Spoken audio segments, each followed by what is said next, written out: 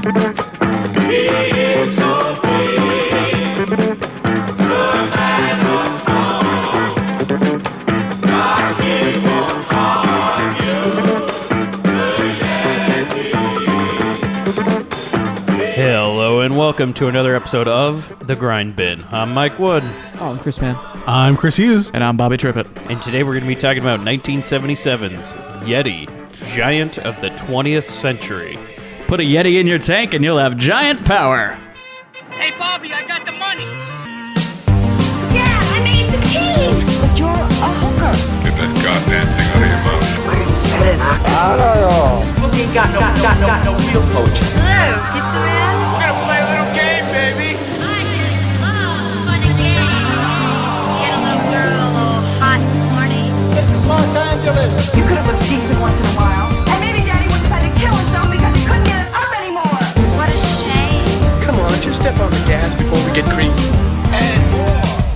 So guys, we're back here on the bin. The fearsome foursome, I guess. Man, you're back here. What do you have to say for yourself? Do you know Eddie Furlong had an album in 1991? No, I didn't. He did. What was it called? It's like hanging on to something. I don't know. Oh, this didn't have anything to do with Yetis, or No, just a thing. this is what you've been doing? Yeah. What you've been doing the past month? Yeah. Just break it down and listen to Eddie Furlong's long lost hits. Hits. You use that word. Calling it into the local radio station, say, "Hey, can you play that Furlong track?" And they're He does just that like, song, strange. Da, da, da, da, da, da, da. I'm not just. "Well, we missed you, man." Oh, thank you. So, Bobby, this is your pick. Oh. It is. I am to blame for this. Explain yourself. I'm anyone who knows me knows that I'm a huge kaiju fan. I love giant monster movies. I played a lot of Rampage growing up at the bowling alleys and the skating rinks. I was usually off to the side, not trying to talk to girls, but rather trying to punch buildings with a giant hairy monster. And so lo and behold, I discovered there's this Canadian film about a giant hairy monster running around punching buildings, and I had to make it an episode. And if they were going to do an adaptation of Rampage the game, it's pretty much this. Yeah. I heard there's been talk for years that they are doing a big budget I heard Rampage. about coming that. out. Yeah. Who's going to be in it? The Rock, I I knew heard, it. is going to be like one of the. I guess he turns into the The wolf Rock. or whatever. That's what a missed opportunity to just have him be like a big rock. A giant rock alien. Yeah, the Rock Yeah. as the Rock. Yeah. Be so meta. Who else do you think would be in that movie? Huh? Probably sure. Oh, there you go. The Does he triumphant turn into return. a giant weasel? Well, Yeah, he'd be the how's weasel. this? I got Anyone the that has cast like an list. animal in their name. Oh, no. I got the cast list. Let's I got get into it. I didn't know they had a full cast Yeah, yet. Dwayne Johnson. Okay, who's he playing? I don't know. All right. I think he's one of the cops that's going to fight the monsters. Who knows? Oh, he's going to be a well. helicopter pilot who's just going to Hey, watch the that whole was a thing good, go down. That was a good, terrible movie. Yeah, that's a bad earthquake down there. Jeffrey Dean Morgan. All right. Don't know who that is. Wait, no, you don't know who that is? No. That was the comedian in Watchmen, and he's Oh. Negan on The Walking Dead. Oh, okay. So Don't you've watch The at Walking least Dead. seen giant billboards with Don't him watch holding either. a barbed wire bat, because that's cool. Joe Manganiello I know him too. He's from great. True Oh, Blood. okay. Yes. True Blood and Magic Mike XXL. He's playing one of the monsters, I hope. And then I don't recognize anybody else. We got Brienne Hill, Jack Quaid, Matt Gerald, Wait, and PJ. Jack Quaid? Like There's another Randy Quaid? Quaid's son or Dennis Quaid's son? Yeah, a Quaid The bloodline. missing Quaid? Yeah. Oh, yeah, it's Wait. definitely one of them. Is this the Joker from Gotham? How many don't Quaids know are what- there? Not enough. Quaid too much. I don't know where the fuck this kid's from. Hashtag Quaid too much. A Quaid too far. A Quaid.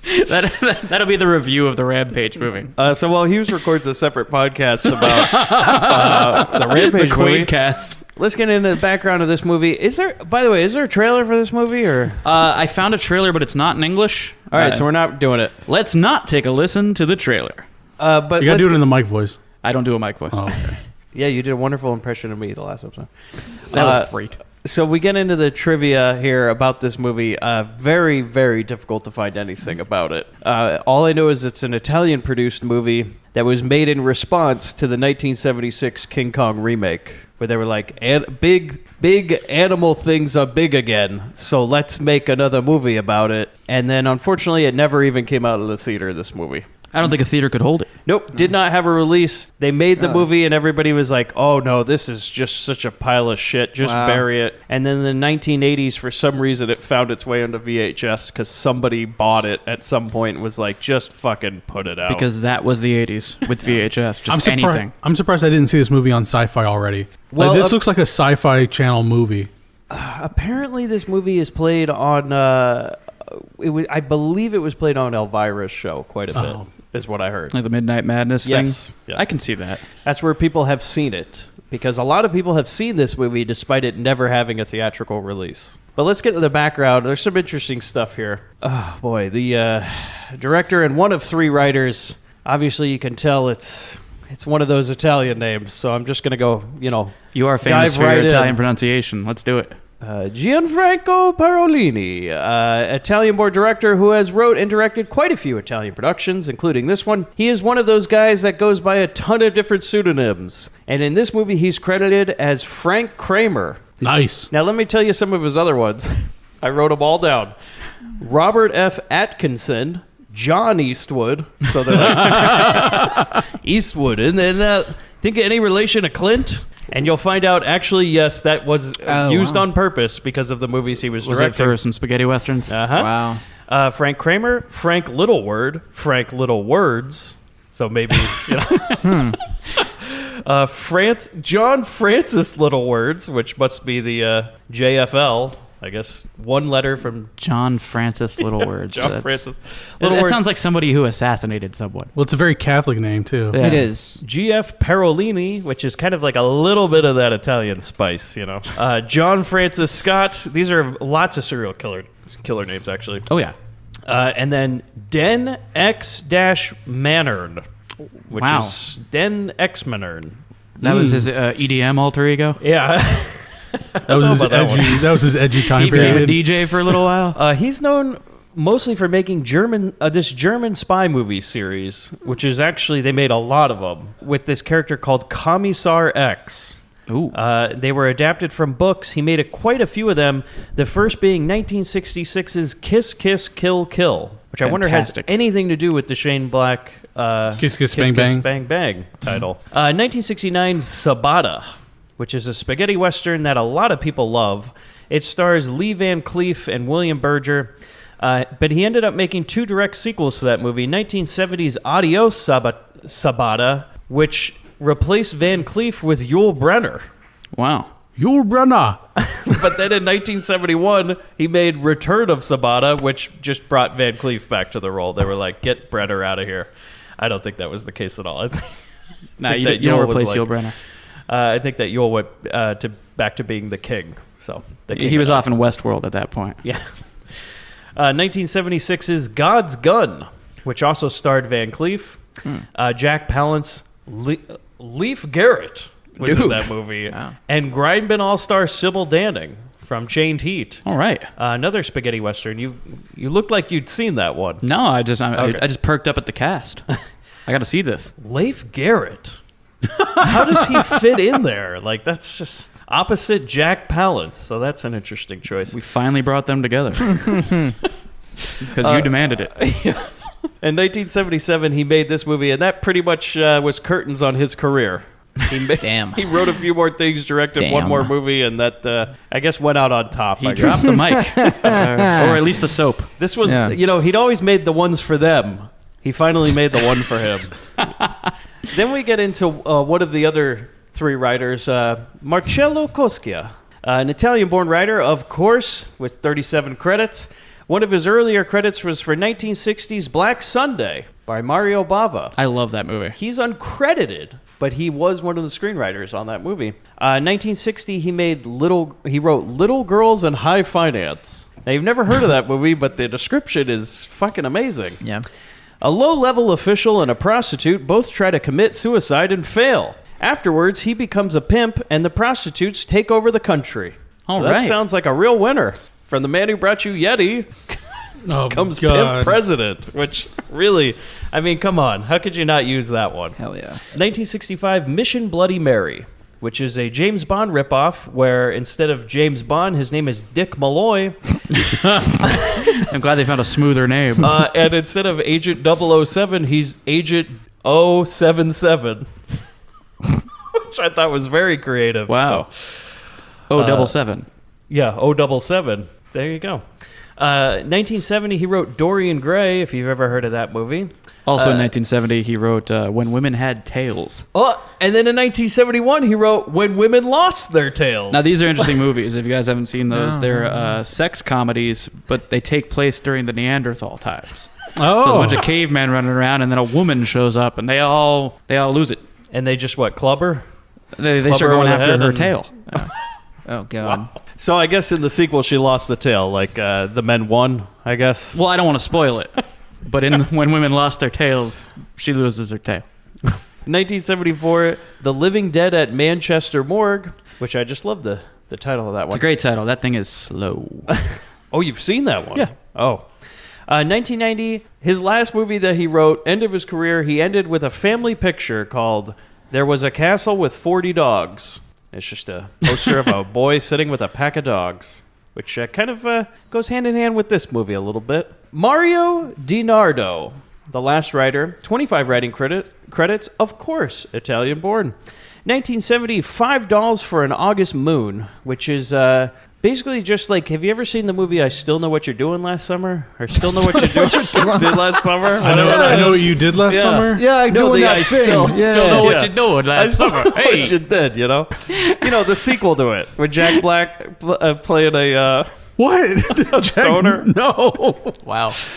Basically, that movie ripped off the entire plot of that movie. Basically, somebody was like, we need an idea for a sequel to this movie, and then they fired up an old Italian movie we'll just rip this line for line. I mean, and for 1970, that's pretty much Why the kickoff point for Giallo films. Yeah. $5 for an August Moon is one of the, basically a proto Giallo. Yeah, so they A still lot knew of, what they were gloved doing. hands with knives chasing a bunch of buxom women around. Stop me if you've heard this one. 1971, he wrote a movie called The Fifth Chord, starring Grindbin all-star Franco Nero. Now listen to the description of this. An alcoholic journalist finds himself on the trail of a murderer after the police make him a suspect in their investigation. And I said, it doesn't seem like much of a stretch for Mr. Nero there. He has to play drunk. He lives drunk. They were just like, look, you could just be drunk the whole movie. He goes, hey, great. Do I have to find anybody? Nope. No. Nope. Okay. Do I have to fire a gun? Nope. Nope. All right, whatever. Yeti was basically his last credit. There's a lot of people that Yeti was, for some reason, their last credit. They just went out on top. A lot of and these they people just couldn't shake this Yeti. I think you make this movie and you just kind of tell yourself no, we're done. I produced this. It didn't even come out in the theater. You just walk away. There was a lot of people muttering, so it's come to this. Well, someone who wasn't their last movie, we'll get into the cast now, is Antonella Interlenghi. Oh yeah. Familiar with her work, Yeah, Chris? she was in Gates of Hell. Well, Absolutely. There you go. Yeah. She was. She thought married he was- a. I She thought was he was like joking. 15, married a nobleman, had 2 kids, and moved on. Well, she plays the character Damn of right. Jane in this movie. Yeah. Great role in Gates of Hell, too, where Yeah. where a maggot-covered hand touches her face and she dies. So you're a big fan of hers. You were watching it Yeah. going oh, there she is. Yeah, I seemed familiar. I was like, wait, what? That's kind of seeing the That's eyes. Antonella Interlenghi. Yeah, or her name's like a more American name too. It's Yes, like- she's credited in this movie as Phoenix Grant, Which is Yeah. awesome. which is definitely not her real How do name. you not go with that for the rest of your career? Oh, yeah. Her parents were successful actors in Italy. You've never heard of either of them. But this was their first movie. This was her first movie. yeah. And she has 15 acting credits. And I said, other than the one you just mentioned, one of the most memorable being 1980's City of the Living Dead by Fulci. For some reason, she was in 4 different Italian ski movies. I'm going through it. It's 4 of her movies were just she's a skier. And I'm like, she must just be a good skier. Well, it's like a paid vacation then, if you think about it. She's a natural. yeah. Get that ski girl, you know? I don't think she even agreed to be in it. I think they just followed her around while she was skiing. She was the Peekaboo Street of actresses, you know. What many actresses strive to be. So wait, were they like Italian John Cusack ski movies? Pretty much. They were just 4 friends go on the mountain. One of them gets paralyzed. Oh, okay, exactly the same. Yeah. Well, it's Italian. You got to add some drama, man. That's where they differ from the American movies. It's like somebody's either going to die or have some sort of life-altering illness or disability by the end of the movie. Or the gates of hell open. There you go. The next one is Mimi Creo, who plays Yeti. Only 4 acting credits. 1976. Prolific. He was in a movie called Sex with a Smile, which is basically like the Italian version of 4 Rooms, if you've ever seen that. It's just yeah. a couple vignettes. I choose to believe that he looked exactly as he did in this film, in all the films he did. Well, the next role he had was With a bow tie. 1977. He was in Jesus of Nazareth. I thought he had like a Jesus thing going to him, and he had like all the hair in his eyes. Well, I think and that's kinda- they use an Italian actor, so they Yeah. didn't have to put in all the makeup. He just had the hair. I thought you just meant that he was that hairy. All over, huh? Yeah, Yeah. Well, that's all of It's us. just a nude actor. Yeah. like a big sweater, big hair sweater he's wearing. There's a Geico commercial. Where do you think they got the idea? You know? Yeah, right. They tried to get Mimi Creo, but he wasn't being the Yeti again. No. So he's like, no, that's a caveman. Yeti's a completely different animal. So come on. This was his last movie, by the way. So he was basically like, yeah, I'm done. Man, do you think they all decided at the same time? Were they all like standing together by the side of some body of water? We're just like, we're done, guys. They Oh, threw yeah, the- I they think threw they their all- badges into the water and decided they were leaving the industry. They all made a pact. Yeah. It's like the end of It. They all cut their Yes. hands and were like, Yes. Just like the everybody other- joined together in the circle. And then they had a big orgy. So it was great. Yeah. They're at the director's house and they had this projector set up on the kitchen table and watch the film. And then it ends and you hear like the flapping of the reel. And the Yeti's getting closer. And then everybody gets up and leaves. Nobody says a word. And it's like, That's it.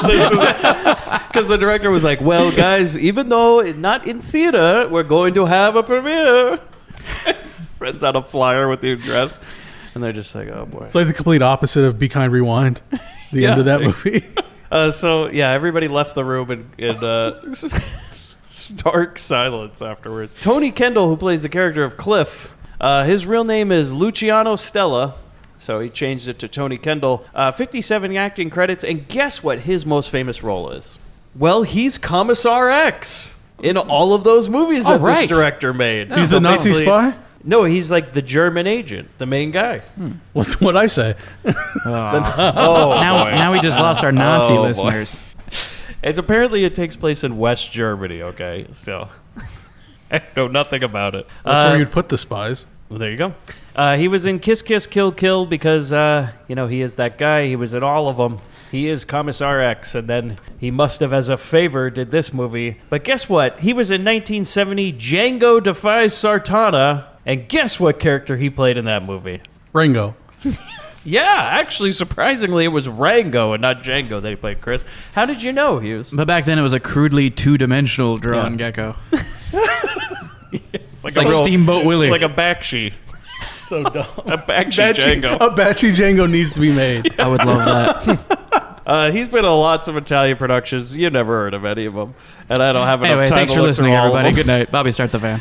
Do you know how hard it is to go through about 100 Italian movies in a day and pick which one's worth talking about? John Stacy, who plays Professor Henry Wasserman, lots of stuff, 67 credits. Now, he's an Australian-born actor, but apparently moved to Italy and just caught fire in their film industry. In 1965, he was in The Agony and Ecstasy. 1967, I just like the name of this one, Kill Me Quick, I'm Cold. Is that what you heard on your wedding night, Mike? I don't know. It must be like a guy forgot his jacket on a long vacation, and he was like, I'm Italian, kill me. You know? They're so dramatic. 1974, he was in The Last Days of Mussolini, which stars Grindbin All-Stars opposite each other, Rod Steiger and Franco Nero. Wow. What a fucking pairing if I've ever heard one. Wow, the Two illustrated drunks. man and the uninterested man. Two men who have been in a shitload of movies, yet don't give a fuck about any of them. So that was before Catch the Heat? Yes, that was before Catch the Heat. So Man, he all may that, have needs learned is, his... all that needs is John Saxon. You could have just three guys who don't give a fuck. just sighing at each other. Yeah, and Rod Steiger plays Mussolini in that movie. Wow. So not even a stretch. You just got to basically shave his head. He's there. You know? He was uncredited in 1979's Caligula. He's like, you wouldn't believe how many movies. It's just an extra in the orgy scene. He's like so many movies. He's Just a wandering uncredited. hand. On a thigh. Come in on a He's yeah. Yeah. He's one of Malcolm McDowell's fluffers. Just If you a look stray very hand. closely, you can see Rod Steiger peeking out from behind someone's No, it's mound. not Rod Steiger. There was a face and a thigh. Kind of brush at one point. So most of his roles, I mean, most of them are uncredited, which is insane. He's such a chameleon. They're like, wait, who is that guy? He just like disappears in a poof. Who was you that know? masked man? Yeah. And they're like, well, I guess we'll never get we'll never pay him.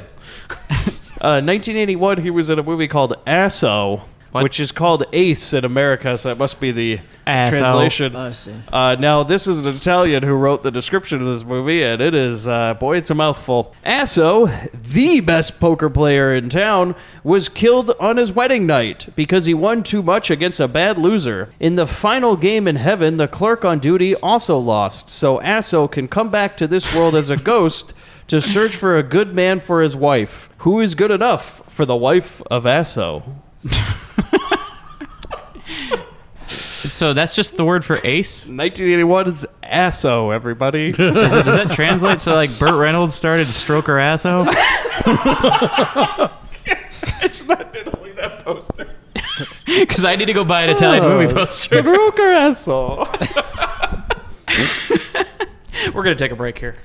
He's speechless. You're speechless. 1983, he was in Revenge of the Dead. In 1984, he was in a movie called Wild Beasts. Have you ever seen that one? I have. Have you guys seen Wild Beasts? Anybody? That's No. where PCP gets into the water supply at a New York zoo and all the animals run amok. Whoa. Yeah. Sounds like a Family Guy episode. It's something. Sounds like a case for Asso. And Am I right? It is. Only Asso can save the day. Oh, God. Now we have the joke of the podcast. Oh, no, I got plenty of jokes. Don't worry. Don't Plenty worry. of arrows in that There's a quiver. lot of characters I think have striking similarities to modern day figures. So, does anybody else have anything to add before we get in the movie? Man, you look like you got a thoughtful head. I'm good. Head full of thoughts. Yeah, there. thoughtful ahead. Yeah. Thoughtful ahead. Sounds like a stoner metal band. Yeah, well, Sounds like how Yeah, Mike got Thoughtful him Ahead back was here. a Caius album, wasn't Yeah, it? it was, yeah. Dan has just got one hand on his face, slumped over in his chair, just No, so it's happy to be resting back. easy. It's a nice little invention, you know? Do you realize that every movie you've come back for lately has just been a Bobby pick? Like, he's just been... All found his get it in. Damn favorite. right. Get it in. Right Get it there, in, homie. you know? Get it in. He misses Enter the Ninja, but he's like, man, I gotta get in on that Yeti episode, you know? He knows quality. Well, at least you'd have to watch Dogs. Fuck you. Dogs was better than this movie. Oh, some fighting words. You know, I was on your side when we did Dogs. I know. Now you're Hey, I have to defend Dogs. now you're striking me. I needed Man on Dogs because he would have backed me up for sure. That's a movie he would have not stood for, and I would have had a lot of help. Also, Man's much more of a cat person as well. True. It would have been dogs versus cats if we'd done that. So we get into the movie, guys. Icebergs falling. Epic stock footage. This It's is really. Inconvenient Truths. This is the same way it started. Yeah. This could have used some Al Gore. I was expecting his voiceover to come over. Yeti. An endangered species. So global warming has started. Yes. The Yeti has arrived. Like, basically, we just see shots of icebergs falling. Very Italian, you know, Oh, yeah. symbolic. And then That we music. hear, oh man, the music.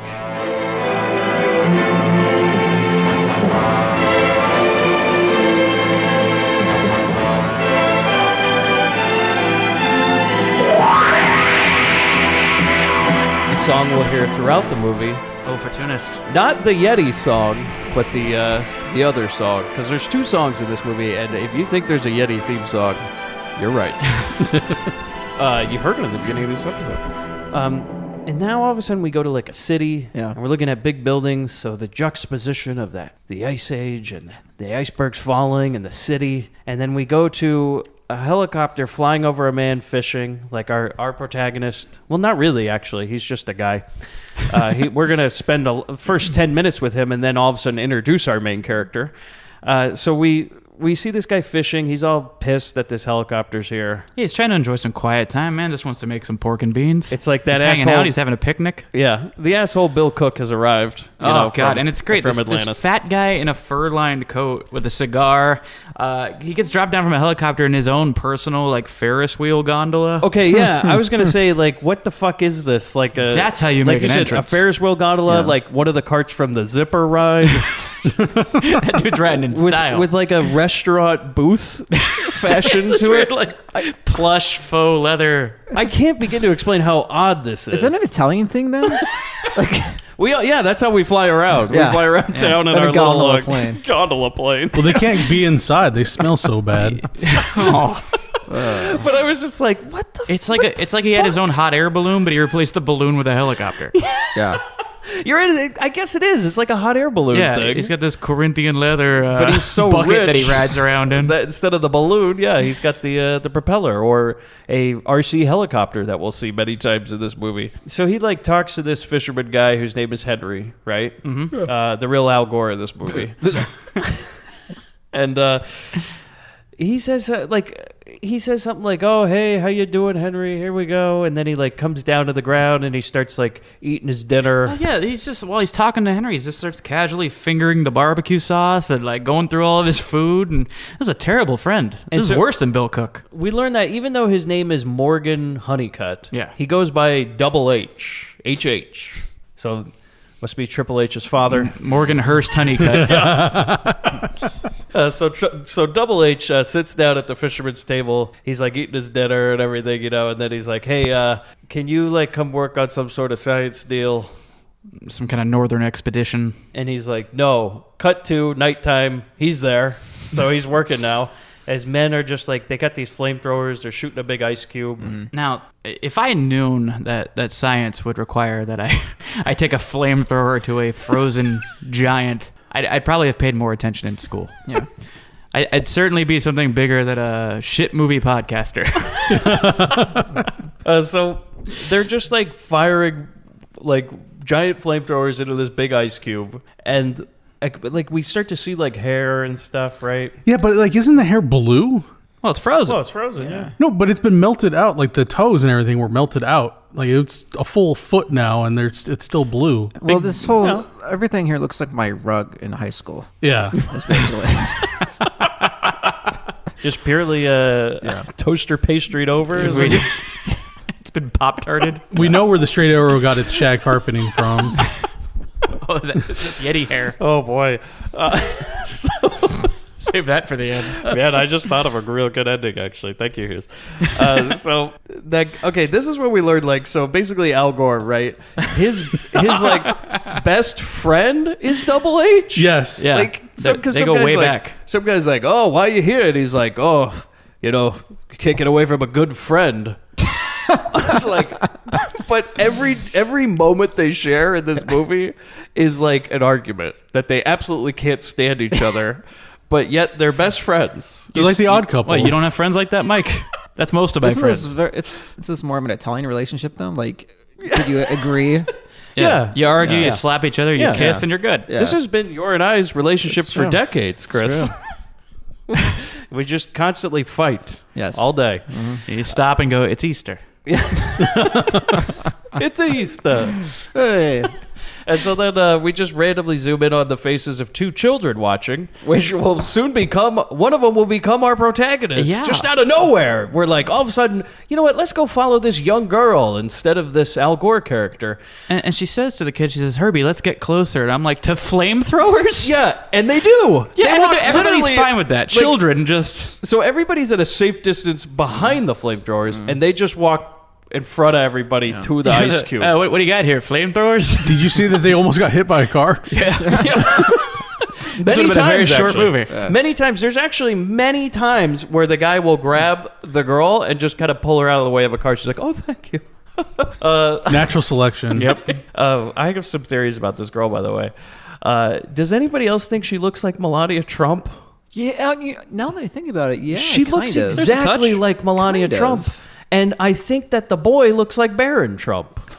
So I guess started so. just calling him Melania and Baron throughout the whole movie. And they've certainly got the intellect, as we've already established. Oh, Well, boy. Baron doesn't say anything this whole way, does he? Baron doesn't say anything in real life. But I was like thinking, like, yeah, this is the origin of Melania. You know, she was a big friend This of is the Yeti. and Melania then- Begins. About this girl. So how old would you guys say that our main character Jane It was Melania hard to is? tell because I was like, is she the wife? Is she a daughter? Okay, Is she? would you say conservatively 15? Yeah, I would say I was going to 15. put her around Yeah. 15. Yeah. I mean, conservatively 15, Yeah. potentially younger, Yeah. right? Well, European age of consent. That's Well, it's very disturbing what's about to happen. Yeah. It's There is no basi- consent in Italy. Yeah, it's just like the Philippines, you know. So then basically we see ice melting. There's more of the Yeti beneath, right? Back to the kids, the children. And Melania says, Al Gore comes up and he's like taking notes for literally no reason. He's just writing stuff on paper. What? It's a fucking thing right there. Like, what? He's like, pretty sure that's a toe. You can write that down. Oh. Ooh. Then we cut to, okay, Al Gore goes into this portable office and Double H is on a TV. He couldn't even be bothered to go to the Arctic or wherever the Canada. fuck we are. But Canada, I yeah. love that we're using like this 70s Skype Spaceballs Yep. technology. yeah. It was like they had a better time than we do doing Skype Yeah. interviews. President Scrooge just put it in. Yeah, no lag on this, you know? Yeah, so Double H is like in his office while people are like handing him papers and stuff. And he's like, what do you got? Wait, what do you got there? A Yeti? Is that what I hear? A Yeti? Oh, great. This is going to be great. And he's like, yeah, it's the greatest scientific thing ever, my good friend. And he's just like, oh, yeah, whatever. We're going to sell so much shit. You won't believe it. He's going to be our new mascot. He's going to be new. This is a part of the movie where it started to piss me off. Is The anger began boiling. yeah, then. yeah. Al Gore starts to go through this whole thing about how the Yeti ended up in the ice. Yeah, nobody cares. Nobody cares, but he's It's the going to give us backstory like nobody needed. Yeah. He's going to give us like 2 minutes of it. Like, it was walking across a sheet of ice, and then an avalanche happened, and it fell down, and it's sleeping, and and then somehow it turned into an iceberg and floated down to Canada.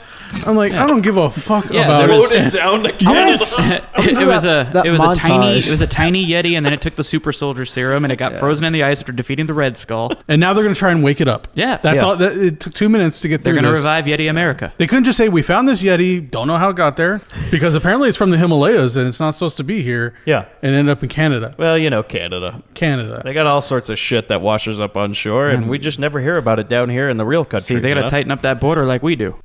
You mean America's hat? Yeah. Hello to our Canadian listeners, by the way. We have plenty of you. We appreciate every one of you. You guys are so nice. We go to like some guy in another. Okay, so while Double H is on the vote with Al Gore, talking about their big conflicting plans for the Yeti, we see like a door that was opened and a man like spying on them. Right. And then he goes into another office Yeah. and he picks up a phone and he goes, "Let me talk to the boss." Which, by the way, I love that we have this like video call technology, but we still use rotary phones in this movie. Yeah, it's kind of weird. Well, not everybody's got that Double H money, you know. By the way, Double H talks like Brian Doyle Murray. That's true. It's Or at kind least of the man who's dubbed his voice. Yeah. Yeah, Brian Doyle Murray That's probably a good, dubbed so him. do we? So this movie is Italian, so it's dubbed. Do we Oh, know that for yes. sure? Oh, Yeah. yes. Like all Italian movies Yes. from the 70s and Right. 80s, there's no boom mics. They couldn't get a tall enough one for the Yeti. Still couldn't. Well, sometimes they could, and then other times they couldn't. Right. Yeah, once the boom Yeti mics of awakes- varying size. Once the Yeti awakes, we'll get into that whole conundrum. So He's then we taking go- some Mario mushrooms. This is like kind of, I think, the first time we learned that we're in Canada because we start seeing the Canadian flag everywhere. Aside from the general politeness of everybody. And Canada was like, "Well, if you gotta film here, you gotta at least give us a little shout out, you know? Throw A in wink. throw in the old maple leaf every now and then. Let people know where they are. Come you on, know? give us a taste. Where's our taste? So they're finishing sawing up the Yeti, right? And then we cut to Melania and Double A. Like, okay, so we cut to Melania, right? This is the hero shot of her while they're like passing all the glass behind her. This is just like this full on, like, here's this girl that you have to worship. Yeah, and she kind of like does Yeah. like a Herbal Essence hair commercial Oh, yeah. where she just kind of like turns towards the Oh, camera. a good portion of this movie is a hair commercial. Oh yeah, it gives a little wink to, as I call him, hunky scientist guy, because that's basically all he does. He's a company man and he's a hunk. Everybody, like that's You heard it from Mike. because It's Mike approved. no matter what he does, Melania will just always still, no matter what, even if he's got that gun to her mouth, just like Cliff, you seem like such a good man. Why? Oh yeah, irresistible Cliff. He literally tells her multiple times, no, I'm really a bad guy. She's just like, but can't you help us? And he's like, yeah, whatever. He does save her in this scene. Well, the power of the hunk. You know what I mean? Like he's got her on his. He's got to do a little bit of taste, Hughes, to get her on his side. You know? Yeah. He's like, I don't want you to get hit by a car. But that's all it takes. Just that one time, and now he's all 12 months of a firefighter calendar. So Cliff and the girl are kind of like flirting and doing this thing, and He's staring at her like he's ready to slam nads. Like This guy's what? Conservatively 40. Yeah, 35, 40. He's right there. And she's 15? Yeah, it's gross. Yeah. Yeah. Well, the other gross part of this whole scene is if you notice Al Gore and the little boy run out of the scene for a while and then saunter back in. Oh, Al Gore and Barrett? Or Oh, boy. By the way, though, if you put, I'm not even joking, if you put a little curly black-haired wig on Barrett Trump, it would be this kid. Like, it is his... I'll do a side-by-side and prove it to you. By the way, we haven't addressed this yet, but why is Al Gore wearing a nightcap like he's Papa Smurf? Oh, yeah, that's true. It's cold, Bobby. I know we're up in Canada and it's really cold, but it's an odd look. So then, okay, we cut to later. Papa Smurf, Father Time. Fucking motherfucker. Like, he should be holding a candlestick in each of these scenes. No, so this time, we get this, exposition from Al Gore, and he goes, this time they have to do it right. Let him live free as he likes. I'm like, does this mean they found a Yeti before and done this, and then it didn't fucking Like, work? it didn't work last time. horribly. Did you ever hear what happened down in that other country below us with that big ape? You know, it ain't gonna happen in Canada. Let me tell you. But it was just like this weird line, and then It's never just brought up this again. one-off that they accidentally bird one or whatever. They should have called this Canada's Cog. This is really what it is. It's like, well, America's got King Kong, but we got the fucking Yeti, all right? Canadian Crown is sitting in his office. Like, we got to get them the fuck back, you know? Taking all our monsters. This is the home of the Yeti. We're going to do Canadian versions of all of them. We're going to do Poutine Godzilla. We're going to do Maple Mothra. Oh, yeah. Mr. Canadian Crown, could you tell me how tall is the Yeti? Well, I don't know. Tall enough. I'll tell you that much. But yeah, he is tall enough. That's a good answer, Bill. I like you. I'm going to move up in this company. Yeah. And I think he could, just so people don't get confused, we'll have him be varying sizes throughout the movie, just so they're like, well, how big is a Yeti? Maybe we should go up to Canada, check it out. Check it out for ourselves. Come see the Yeti. How big is he? How big you need? We got it. Because I guess now we could get into it. The Yeti is of varying sizes depending on the scene. As is anything he touches. Sometimes maybe he's like 8 feet tall. Sometimes he's maybe like 50 feet tall, you know? Sometimes he's the size of a 15, 20-story building, and other times he barely stretches over a bus. Yeah. It's amazing. Or like when he goes to City Hall and he probably could fit through that doorway. It just all depends on how he feels. You have good days and bad days. Maybe the Yeti is like one of those little sponges, you know, where you put water on it, it gets bigger. Without water, he just shrinks. Yeah. When he starts drying up. It's all fluff. There you go. And so basically, we go to later. The Yeti's almost thawed out, and then Mr. Hunk scientist. We have some exposition in here. That's another one-off line where we explain why Herbie doesn't talk. Oh boy, I was just gonna say it. Mr. Hunk is trying to lay the groundwork. He's like, He's trying to lay the groundwork to lay the pipe. Lay the pipe, how yes. those classes going? You know, what's your grades? God, I see some D's. Whoa! Zing. Oh boy. His words, not mine. You know what they say, His these get words. degrees. Bobby, in a series of fast dialogue, we hear... Yeah, at one point they slip in there, Herbie lost his voice in the plane accident in which my father and mother died. I'm like, oh, okay. Write that down. And she says it, my parents also died in, I believe, which Died is in. like that was like an afterthought. Like, he lost his voice. By the way, my parents died in that crash. Bad day. Bad day all around. I was fine, though. Traffic backed up for miles. He's fascinated just watching. Oh, I suppose we've been spoiling the boy, especially my grandfather, who's like a father and mother to him. If science can revive that thing there, then maybe your brother can recover too. They've tried everything, Cliff. Herbie lost his voice when he was in that plane accident in which my father and mother died. And so then we see like this forced perspective shot of the Yeti. This is the point when I go, oh no, the effects in this movie are of 1950, not 1977. Right. Gorgeous. It is It's really the charm of straight this out film. of Them. Mm-hmm. You know, the big ants? Yeah. It's the same thing. Which this movie may have been better if it was black and white. You know, cool. might have been, yeah. I'm going to try that. I'm going to rewatch this and turn my TV to black and white. There you go. Yeti all covered in glass and stuff, right? So they've put him in like a cage. They have this now? special chamber that can wake them up or put them out with gas whenever they need to. But they have to get him to a certain height to wake him up because he's used to the Himalayan 10,000 foot altitude. Yeah, there's a lot of exposition that's completely unnecessary in this. Just wake up the fucking Yeti. Yeah, but how do you explain it otherwise? Why they need to wake him up in the middle of the air? Look, we're not making Jurassic Park here, okay? Like, it's a fucking Yeti. Just wake his ass up, all right? There's another weird bit of dialogue. Put that a isn't thumb in very, the ass. Slap him around. Well, to that point, one of the bits of dialogue that they just kind of casually throw in there as they keep doing all through this is, there he is, big fella. We're sure going to play a dirty trick on him. I'm like, wait a minute. Are they going to put his hand in a bowl of water or something? Like, Yeti pissed himself. hey, once he's thawed, let's draw dicks on him. What's those? Carve a big dick into his hair. Put him out in that chamber, then let's start drawing. What's those tubes that they put the scuba divers into, like when they ascend too fast and they get? Oh, they get the bends? The bends. There's a tube. There's a like a decompression thing or something? chamber, right? Yeah. That's it, yeah. Stick the Yeti in that. Put him to 10,000 feet and wake him up. What's the difference? Instead of having him 10,000 feet in the air connected to a helicopter. No, it's great. It's like Charlie in the Glass Elevator. I see no problem with the scene. We're going to go up in the air with the Yeti, and it's going to be great because we're getting to use that toy RC copter we bought for the movie that we can attach a nice plastic little piece to it that we found at that store that that makes these things, and it's perfect for the movie. So, fuck you. We will use this multiple times. Now, this chamber in the helicopter is suspending him way up in the air, and he's continuing to thaw. And I wrote down in my notes, is all this water just landing on a town?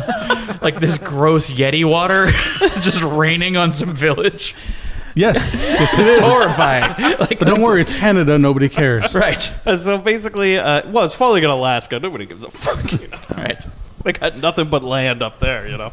So then the Yeti is all covered. Okay, wait. We go inside the helicopter, right? But by the way, there's like a crowd of people watching in awe. They're like, oh, as the Yeti flies. They're like, we'll see you later, or maybe not. I feel like that would happen. Yeah. If we thawed out King Kong, everyone's going to gather to see what happens. Although there's a lot of points in this movie they're like, don't alert the press, yet there's press already there. Yes. So they're a little late on that. And really- the Canadian press, real cutthroat, you know.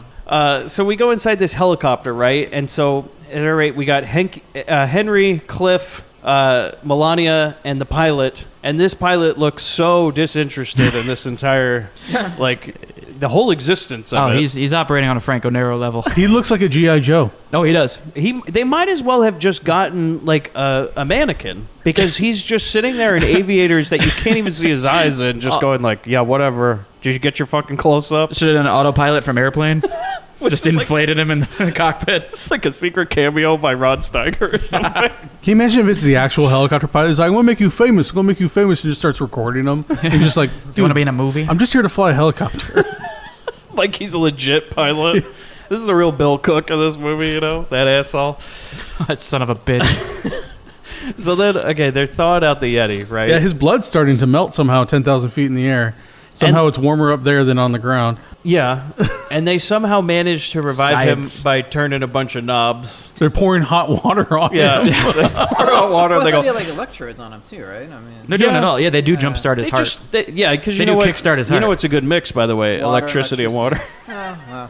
Man, PETA would be all over this. So he's, they're like, how do you melt an ice cube? How do you wake up a Yeti? Hot water. So they just put some water on it, you know, that'll solve it. He wakes up and he's all fucking pissed, right? And these close-ups of the Yeti as he's waking up, it looks like we startled Kenny Loggins in the shower. So he starts shaking the cage, and he shakes the helicopter so much the camera's even shaking. It's a nice touch. So then they react by spraying him with what looks like Christmas tree flocking, which apparently knocks him out. Something like that. But then there's like a window open and closed. They don't really explain any of it. They're hitting every button They're just like, to see we're what just happens. going to turn him into a Christmas tree. Give him some of that fake snow, you know, he likes they it. flock him. Yeah, they flock him. Well, you gotta have your holiday Yeti, for the market for the kids. That's where the real money gets made. Everybody's gonna have a Yeti on top of the tree this Christmas. They're gonna Chris. prop him up in the Mall of Canada. They hit the ground. He's got lights around him and a star on his head. That sounds adorable. Yeah. He's like the Stanley Cup. They're gonna put him in display at various places. That's right. Yeah. So they seem calm. Basically they calm the Yeti down with the Christmas tree flock, and they're like, you know what would be a great idea, guys? Let's go bring him to the public, huh? He's ready? Yeah. A meet and greet. Yeah, a little meet and greet. Well, the people did sign up for the meet and greet. Right? I love there's a meet and greet for the Get Yeti. the VIP It's tickets. a separate tier. Yeah. You get the grandstand tickets, but then you get Yeah. the meet and greet tickets. Yeah. Gold Star members get the meet and greet. We missed a new character that was introduced during this whole thing. Who cares? Lassie. Lassie. Oh, well. No, not Lassie's yet, important. not Yeah, yet. Lassie's there. In the helicopter? Yeah. Yeah, they're going There's back a and shot forth. of just the dog looking impressed. Wait, like, I'm hell sorry. Yeah. Yeah, that's right. Lassie's in the fucking No, helicopter? they're doing cuts to Lassie. Okay. And Lassie and the Yeti are like They're bonding or something. They're already marking each other. Now that I think about it, Lassie might be the protagonist of this movie. Oh, by far. By the time we get to the end of this movie, Lassie is the hero of this story. So basically they go down on the ground with this Yeti, and they're like, all right, everybody, here we go. Line up for your autographs. But this is amazing. So there's this 80-yard conversation between these two guys. I don't know if you caught this. And one guy goes, what do you think he's like? And another guy goes, I think he's nothing but a wild beast. And the guy who says, what do you think he's like, goes, I left the car running. You never know. Strode, what? Smart thinking. That's something my dad always told me to do. Always leave the car running because you never know. What do you think he's like? If you ask me, he's nothing but a wild beast. I left the car running. You never know. They land the helicopter, they unlock the door, and they go, here you go, everybody, your Yeti. Did you notice when they were unlocking it, like he totally bites the bar? Yeah, he's like, Hey, it's really let's show him to the public. He's ready. okay, was there any point before when it showed that he was shackled to this cage? Because I don't remember that happening. I think they just put him in the box. Yeah, they didn't show us. Yeah, anything. he was just... No, he was shackled, but they didn't show him Yeah. getting shackled. How do you shackle him when he's... Yeah, I know. What do you shackle an ice cube? How do you Because get if it you're putting it around the iced off parts, the shackles are going to be too loose. I mean, if you think for 2 seconds about how to shackle a Yeti, you know this isn't going to work. And you know what Canadian Crown's saying as people tell him this. You need to shut the fuck up. Yeah, you need to because shackle your fucking mouth. there's too much science. Shut up. It's a Yeti. Dude's way rude for a Canadian. Sorry, Yeah, shut well, the fuck that's up, how we eh? get things do. Yeah. That's how we get things do. Yeah. A.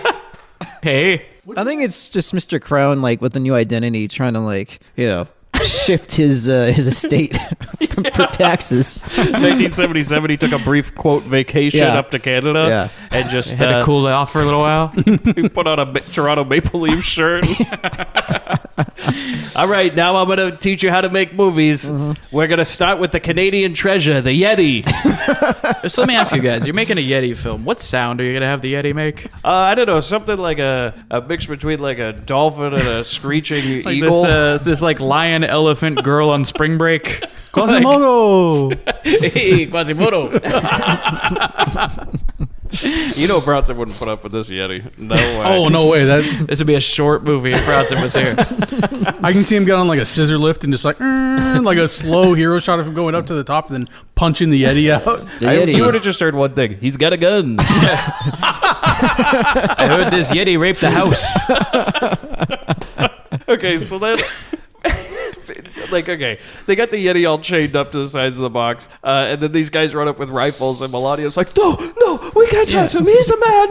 Yeah, she's like, why the rifles? He's a human being. I'm like, what about him is a human being?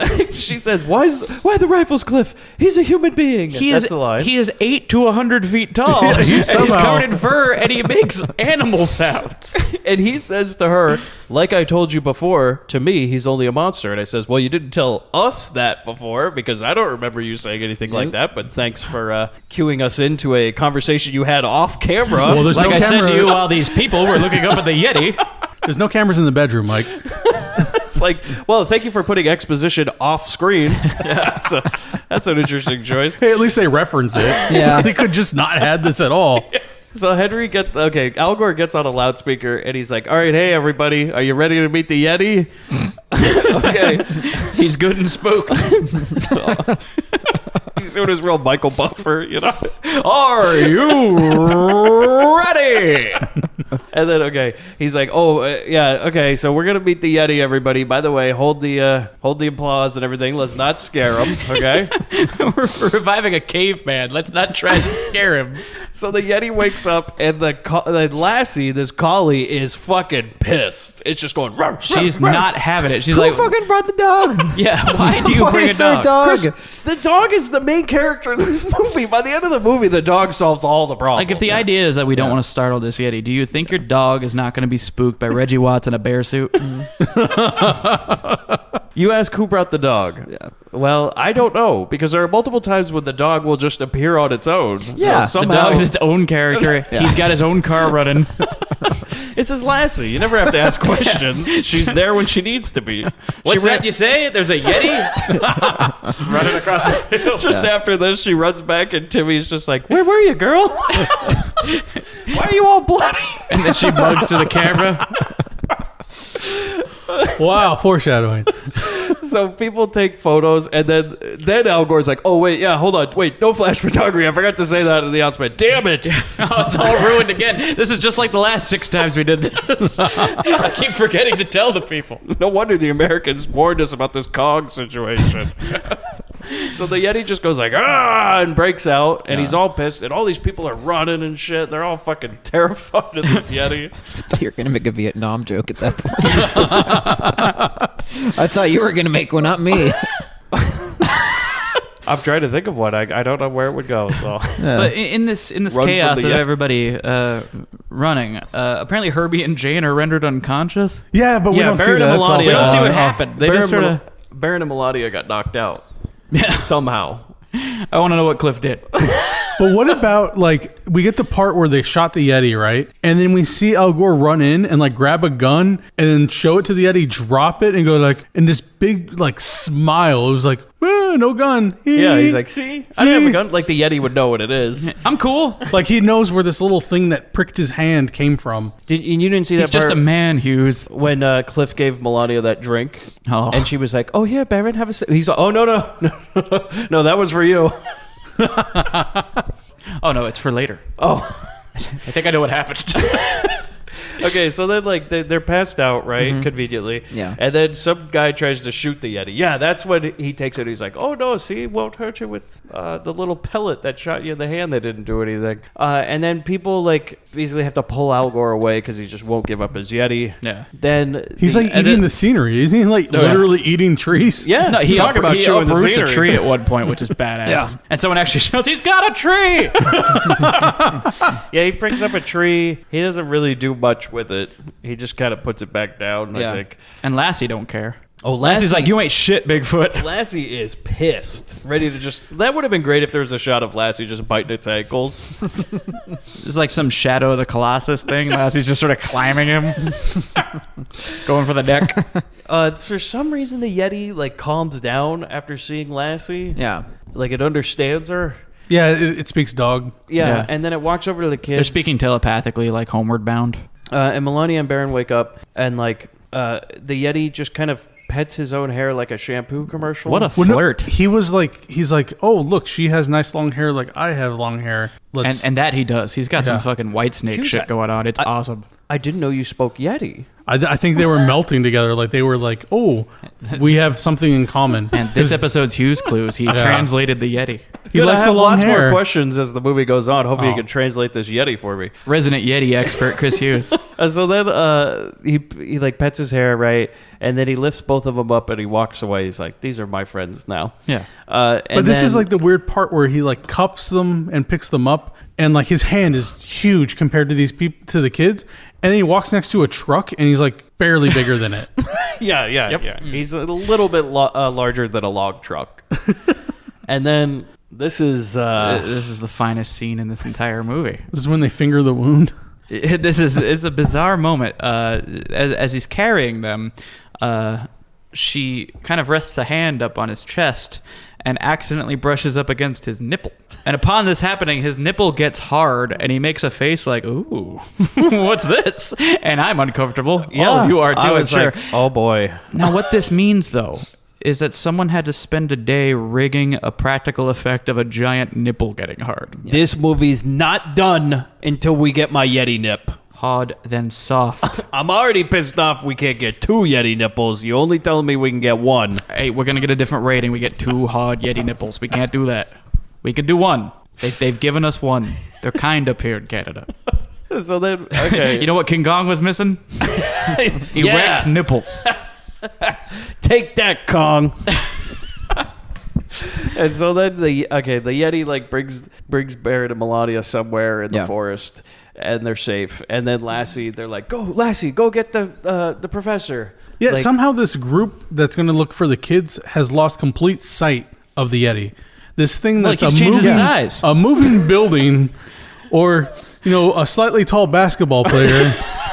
Who's walking around the forest. Basically Yao Ming. Yeah, if Yao Ming played Teen Wolf. But they've lost him. And Lassie will go find them. It won't be the only time this happens. Yeah. They almost get tricked by him, too. This He's caveman. Crafty. He's one crafty caveman. So the hunting party, which is Al Gore, Cliff, and some other goons, 2 goons that will play crucial roles in this movie, yet we never learn any of their names, and actually everybody just refers to them as goons. It's Dr. Cannon and Dr. Fodder. Our favorite characters. But they last the show way too Grindbin long. All-Stars, Dr. Cannon and Dr. Fodder. No Grindbin All-Star Mr. Boom in this episode, though. What a it's shame. unfortunate. So then we get back to Barrett and Melania, and I guess Barrett wants to stay and hang out with his new Yeti friend. Mm-hmm. And Melania's like, no, we got to get back. We got to go. And then she says to him, she goes, don't you know cannibals are always nice to their victims before they eat them? And I was like, well, no, I didn't. That's news to The me. more you know. Look at that. Not any cannibal movie I've seen. Bing. So. But what an idea, the nice cannibals, Oh, no, don't go to that tribe. Come back with us. We'll take care of you. How about a bath, huh? Every line out of her mouth is pants on head crazy. Like, it is. Like, I don't know what movie she's in. Well, she didn't either. They just dubbed it. Like, so. honestly, the Ultimate Warrior was more coherent with the concepts he was trying to lay out. Ultimate Warrior could have played this Yeti. I could have seen that. Him, just coming out, banging on the ropes, It'd be amazing. It'd basically be this, but he had paint on his eyes. Tassels on his arms. So they run 5 feet away, and then the Yeti sits down near them and offers them what I can see is a giant mutated fish. Yeah, somehow it's a giant sardine. Yeah, I don't... He has a fish that's larger than her. Yes. But then Barrett takes a fish out of his hand, and it's like a tiny, regular-sized fish. Or We at have, least we at have the- both swimming together. Yeah. Well, like how they kind of vaguely implied that there have been other Yetis. We've set a precedence. There are just giant animals all over this place. Like, Canada's fucked. We know nothing about this country. All right? We know nothing about this country. We don't know how big For things all are. I know, they have giant sardines. I saw this picture once of this moose. Bigger than anything I thought I'd see. Who knows how big the fish get out there? Sir, are sardines freshwater fish or? So this is a great dub scene because they get the Baron gets the fish and his sister's just like, eat it. Yeah, she's like, you eat it. You need to eat it. You should eat it more. Eat. And what I can see is he takes this prop fish, this fish that does not move because it's very plastic, and he kind of does a corn on the cob thing with it, where he's just like on the sides. He's like, oh, it's good. We need the typewriter sound effect. And ding. And then the Yeti eats some fish, that giant mutated fish. And then I'll be damned, Lassie brought that hunting party back to the Yeti. You can count on Lassie. And this is when I wrote my notes. Seriously, how the fuck do you lose track of a 50-foot Yeti? Then they walk up a hill. They see the Yeti eating the lunch with the kids. And then the Yeti offers Melania this giant fish bone with a head on it. And she says the line, men, they're all the same. And I don't know what that means. Because they get the scraps. I guess. She gets his but I scraps. was just- Yeah, I wasn't sure about that. But yeah. I thought she meant like he wanted her to do the dishes. Well, there's a line to that later. Well, he's like, well, I finished my dinner. But Do something with this. she gets handed this giant fish. The only edible part left on it is the head. And she's not going to eat it, so she breaks it off and then still is holding this giant dead bony fish. Yeah. I'm like, what? Why don't you just throw the whole thing on the ground? Well, that's because the Yeti had to grab the bony fish that was left over and comb her hair with it. It's very sweet. Oh, God, it's such a sweet This scene. is the greatest interspecial love story of our time. what looks like it would hurt really bad is a Yeti brushing her hair with a dead fish. Like, it would have been great if she's like, no, you're getting fish in my hair. There's like fish guts all over her now. Fish carcass all over her. That's gross. And later, Cliff gives her another insult. He's like, why do you smell like fish? and she's acting into it. And this is getting fucking weird. Cliff does have a one-liner for when they finally get. Oh, I love yeah, it. which is also very disturbing to think about, that mental image now in my head. Well, after the POV porn talk. So, okay. At first, she doesn't like that, At first, she doesn't like that bone. The bone comb? The bone comb. Just going straight to the bone comb. But then she comes around and she sees the Yeti's gentle face and nice music. Or as she says, and we need to point this out, the Yeti. Yeah, everybody She calls him cannot a pronounce Yeah, it. Yeti. Yeah. This is like when there was a WCW wrestler shortly called the Yeti, and the announcer called him the Yeti. Oh, it was great. He and the Giant like attacked Hulk Hogan at the end of a Halloween Havoc episode where they just kind of both bear hugged him from both sides and just vibrated. And the announcer's like, "It's the Yeti!" I'm like, no, it said Yeti on the screen. Professor Henry, did you see? The Yeti is all right. We made friends with him. He's sweet and gentle. We're not in any danger now. You just see Mr. Canadian Crowd at his office, and he's like, why is everybody in this movie called him Yeti? This is from your country. You people don't know how to pronounce the name Yeti? It's Yeti, right? Well, they do have Big Ziti in Italian, so they're like, oh, Yeti, Ziti. That's the problem with this being an Italian production. Like, it's a Yeti. Hey, it's a Yeti. I was just hoping at one point the Yeti would turn and go, hey, it's Yeti. Yeah. Y-E-T-I. it ain't hard. Yeti. Thank you. Stop calling me fucking Yeti. And so then the hunting party arrives, and Melania's like, no, the Yeti is sweet and gentle. And Al Gore's like, hey, the Yeti must think that Baron is his son, and you must be his wife. And that's when we get Cliff's line, which is something else. He said, yeah, she might have some duties to fulfill if she stays for the night. And I was like, what? Yeah, Jesus Christ, Cliff. I mean, really? Laying it on thick. Yeah. Can you pump the brakes? He should have kept going. You know what I mean? He's like, nobody laughed. Did you guys get it? There's the awkward sounds. He's like, bet he's got a big old dick. Cliff, please. He already gave you that bone comb, you know? Yeah. 6 to midnight has a very different meaning in that house. You might have some duties to fulfill if she stays overnight. Cliff, please. I'm so happy that there was no scene in this movie where the Yeti tried to fuck Melania, because that would not have ended well.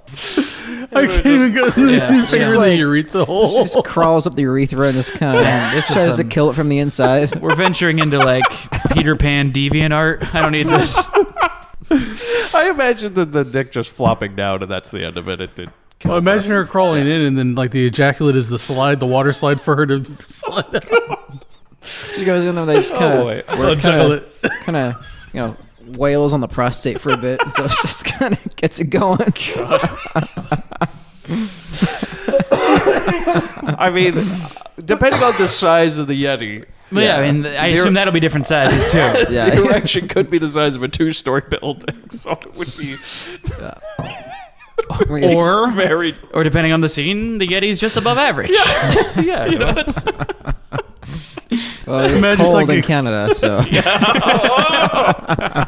like the emergency exit of an airplane. So basically, after that line, Melania still thinks Cliff's just a swell guy, you know? Yeah. She doesn't God, put he's up the by best. any of this. What a She's just hunk. like, I can't stand up, but those hunky eyes. she doesn't have her shield up. And so then Al Gore, he's like, hey, I'm going to go help you, Yeti. And the Yeti's like, he's like, I don't like your talk. I don't like your science. And then Melania comes up with the spray herself. The magic first aid spray? Yeah, some Yeah. sort of giant, like seriously, about a foot tall Bactine can or something. Where do you It was find that? hairspray. Like a man. small fire extinguisher, like wrapped with a giant. Well, like he a does spray. like that Christmas flocking. So. That's- And the Yeti's like, oh, thanks for healing me or something. You know, he Yeah. didn't say it, but he says it with his eyes. and his nipple. Yeah, and his nip. It would have been good if, like, every time he gave her the thank you eyes, it also cut to his nip going up and down. Just the same footage repeated. And then Of them inflating that nip. Then there's a part where Melania looks at him and speaks to him in English. Yeah. And, by the way, her character's name is Jane, obviously, because of Tarzan. Because then she goes like, me, girl, Jane. This boy, dog, you, Yeti, me, girl. And at that point, he should have just eaten them. Just. I was just like, how? He doesn't understand what the fuck you're saying. Like, you know, what is this? The fucking ape from Congo? I was hoping for the reveal because we're up in Canada. It's just that he speaks French. That would have been genius. A big twist. I love it. He's from Quebec. That's why he doesn't understand what anybody's saying. You know, this whole movie's an allegory about those fucking Quebecans. You know, he's one of those guys that resents the ones that speak English. Look at how hairy he is. This hairy sumbitch.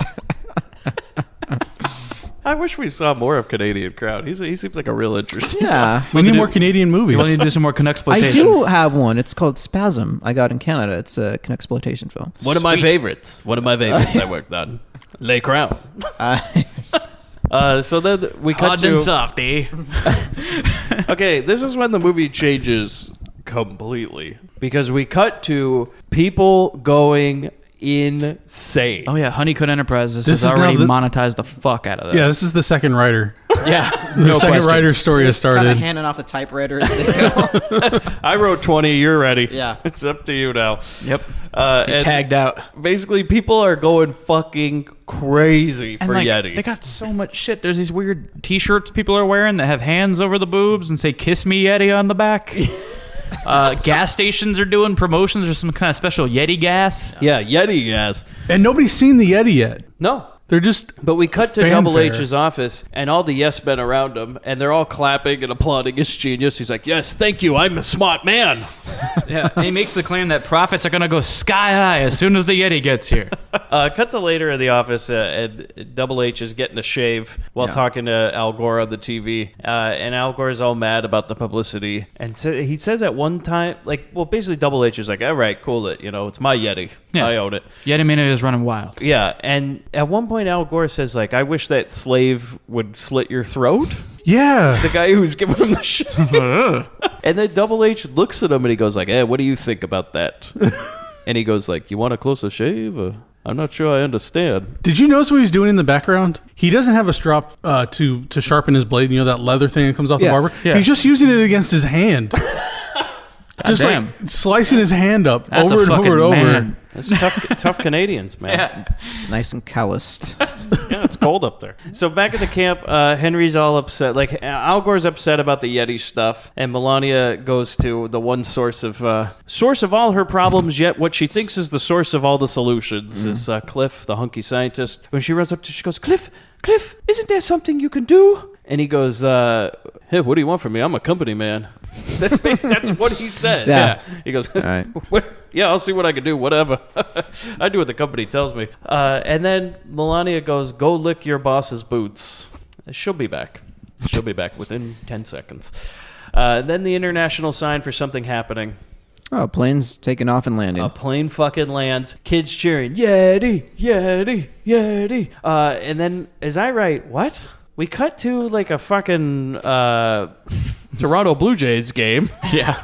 Already in progress, illegally, from a fucking luxury box. By the way, a cheap luxury box, like in fucking right field, as where some guy has placed a shitty TV on the corner of this box, and the cameraman has zoomed out onto a TV as like a hand, like Dr. Claw is watching the Yeti arrive on a TV because it's much more interesting than the baseball game going on in front of him. I don't know. I didn't even have that very written down. weird. Yeah. Well, I said that because this is the most illegal shot I've probably ever seen in a movie, until we will then cut to the cameraman on the field, and it's like he's running, getting the crowd right before he's tackled. They threw the camera to the streaker. Like, Canadian rules, kids, go, go! And he's just running on the field. He's like, oh. It's the Blue Jays. They're too nice to tackle you. Just go. Yeah, if it showed the rest of the footage, you would have seen the security guard just come up and lightly touch him and go, you can't be here. Hey, go back to your seat, eh? Yeah, we aren't going to kick you out, yay. Hey, you know, the game's not over yet. You bought a ticket. You can stay. You didn't buy a ticket? Oh, well. That was my favorite part of that John Candy movie based in Canada. And they could do anything they wanted. They can make fun of all the Canadians they wanted. They can make fun of the national anthem. But he goes like, you know what? Canadian beer sucks. That's when you get in trouble in Canada. Oh wow. You know who directed that movie? Yeah, that was Michael Morris. Yeah. It's the only narrative movie he directed. It was very odd. Canadian bacon. So then we go to the Yeti flying around for minutes. That's when you get that illegal crowd cheering shot right before the cameraman was tackled. Go to a conference room and a bunch of rich guys are putting marbles into a bowl because something's going on. Yeah, I wasn't clear on this either. They're just dropping their balls in a unanimous vote to something. Yeah, black ball and something. Yeah, they just put black balls into a chalice. Yeah. Black is this person, white is that person, and throw your ball in there. Some kind of decision got made. Somehow this all does something because they put the chalice on a table. Now, if there's a red ball, that means Tom Cruise has to stop a murder from happening. Right. Well, that's what I don't get is if this is supposed to be some kind of secret vote, when you have to go and get your other ball back, you're like, okay, what color ball do you need back to so you can have your black and white ones again? The only way to keep it secret, you have to pass that hat around under the table so people can get their balls out without anybody seeing. Yeah, well, I just wrote, I don't understand any of this, but this must be the way you do business in Canada. I guess so. Canada's fucked up, man. You got giant animals. Just Canadian rules, That's how we settled backstage. There's a big chalice with balls. I imagine that every Canadian office has the chalice in the middle of the conference table, and everybody just silent votes with black balls. Mm-hmm. I'm not mature enough for this. We go, and then I go, wait. A guy walks into the room and kind of winks and nods, and I say, "Is this Cliff?" I thought it was. I thought it was too. Yeah. Yeah. It's Cliff, right? Yeah. Otherwise, it's a terrible introduction to a new character if it's not Cliff. This really is never followed up on. It's just stunt double. But apparently Cliff is the boss? The new boss. That was what they were voting on. Yeah. Out with the old boss, in with the new boss. Cliff. It turns out the new boss is the guy that was at the dig the whole time, is what I've written down. And then there's a case of money. Yes, all of a sudden they just open a briefcase and they go, "This is for us." And This is some Mr. No Leg shit, man. We're just we don't need to really explain it. Look, there's a briefcase of money or there's balls. Let's just move on. And Canadian Crown's this movie is an hour and 40 minutes. It's a little long, but I guess we should keep this scene in because I don't get it, but things often go over my head. So but as you I assume it's important. Yeah, as you start questioning the scene, don't worry because we're going to cut to dancing in the streets. It's a stolen footage of a parade. Oh, yeah. You thought the baseball game was bad. Well, we're just going to bring a camera right into that parade and start filming until the nice Canadian policemen just pull us to the side and go, "Hey, you can't film here, eh?" I think it was someone probably in a big, giant, elaborate costume hiding the camera within the costume. Parading around. That's how I would do it if that was that makes a lot of sense. Like a fucking Charlie Brown balloon just floating. Yeah. Yeah, just blend in with the scenery and, the camera lenses. Maybe it was the Yeti. They just sent they sent Mimeo out there in the Yeti costume with a camera in his hand. Yeah. Just dance down the street. Dance down the street. And then as a little treat, we're going to have a zoom in shot. We zoomed in and then we zoom out to people standing on a rooftop and they all kind of nod yeah, cut. We did it. All done. This is at the point of the movie where I wrote down, there's a bunch of story going on, but I really don't care. Yeah. So then we get another zoom shot of people on a roof with a giant double H banner hanging, and I said, I don't think that banner was supposed to be there at all. I think that a PA sneaked up into that building. Or that was just already there, and they just named him after that flag. Oh, shit, that looks great! Right, yeah. Double H. We know his name's Melvin Honeycutt, but let's just call him Double H. Yeah? I thought they just, switched it out for, an ALF flag. And an ALF flag? And had them put it up for them. So then Melania and Barron and Double H are standing in front of green screens with people behind them. Mm-hmm. Yep. Which will then cut to an actual party. But apparently they didn't get enough footage, so they're like, oh shit, let's get some more. So they have the worst composite green screen shots I may have ever seen. Oh, it's down there. Of them just looking and people with I swear to God, with Canadian flags behind them just going oh, it's nuts. Something completely different. Yeah. And then we go to Melania starts talking to the press and Cliff's no. Takes her away. He's like, I need to talk to you. Then the Yeti lands on the roof of the building because, it went so well the last time. Let's bring the Yeti to meet the well-to-do in Canada. Yeah. We've only seen the Yeti so far be confused, angry, or horny. Let's just drop him into Toronto and see what shakes. Let's put him on top of a fucking high-rise and see what happens. With all the rich people and dignitaries, you know? What do you do once he's up there? How do you get him down? Well, we saw with the Kong movie, he went up, he was trying to get to the top of the building, so in this one we'll put him on the top, then he has nowhere to go, He's already made it. When he touches down, they have this shot where these old ladies put on glasses and go all wide-eyed, and we're at this low-angle shot, and his dick, right? That's what we're getting at? They're like, whoa. Oh, is that what was I? Oh, I didn't realize That's what I got out of that. But that's why the old women put on their glasses like, look at that. It must have been a warm day. Get him up to the right altitude. Yeah. And then, people start taking pictures with the flash again, and I go, why the fuck would you allow people to take flash photography after the fucking last time? But Al Gore apparently didn't learn his lesson, because he starts running around and goes, oh, shit, no pictures. I always forget that part. Damn it, it's happening again. The Yeti fucking goes nuts, not surprising, and he starts to basically kill the rich. And now we're having some fun. Now it's Rampage. Yeah, rich people running for their lives. It's great. He's like exploding walls, and we're showing the reaction shots by throwing a bunch of fake bricks at the crowd of people. Love It's like when Hitchcock was throwing birds at Tippi Hedren for not fucking him. I mean, let's talk about it. I mean, Hitchcock was a fuckboy, right? Yeah. Oh, I mean, yeah. it's just like... Yep. I don't understand why you're not returning my message. You're not even that hot. I'm going to throw a pigeon at you. Yeah, you'll see how we like shooting tomorrow. Yeah, just whipping birds at her. It's my hot take on Hitchcock in the middle of this Yeti episode. Like a fucking leaf blower with birds. It's just like... Go for the face. So then, I bet you're wishing you'd shown them now. Cliff takes Melania in a hallway, and she wants nothing to do with him. She even says something. Okay, no, he says to her, he goes, Jane, I'm concerned about you. I'm concerned about us. And I go, what us? And like in so many movies, now's not the time. Yeah. Let's define us now that we're all running for our lives. They don't know anybody's running for their lives at this point. Yeah, that's They're true. like, That's true. let's have a little private sex Yeah. conversation, Your 16th birthday's coming around, and I gotta tell you, not as attractive. Once, Got to tighten up now. God. You're not a young woman anymore. Yeah, man, Cliff is... The real abominable one here is Cliff. So then people run down the hall. They're like, oh my God, a fucking Yeti's attacking. And they're like, oh, not again. Really? Wait, what? Every time. How could this happen again? I keep getting cock blocked by this monster. And then the Yeti busts through a damn wall. Like, this is that part when he goes, yeah! We get a Kool-Aid Man scene. Definitely. Oh, yeah. And then he starts playing with an elevator like a toy. Like, people get in the elevator. it's like a yo-yo. Including Melania. And he's like, That's kind of a cute scene. I like that he did that.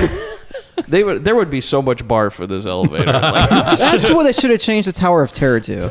It's the Yeti. Yeti. just see a Yeti's hand pushing up and down. Tying with the Matterhorn.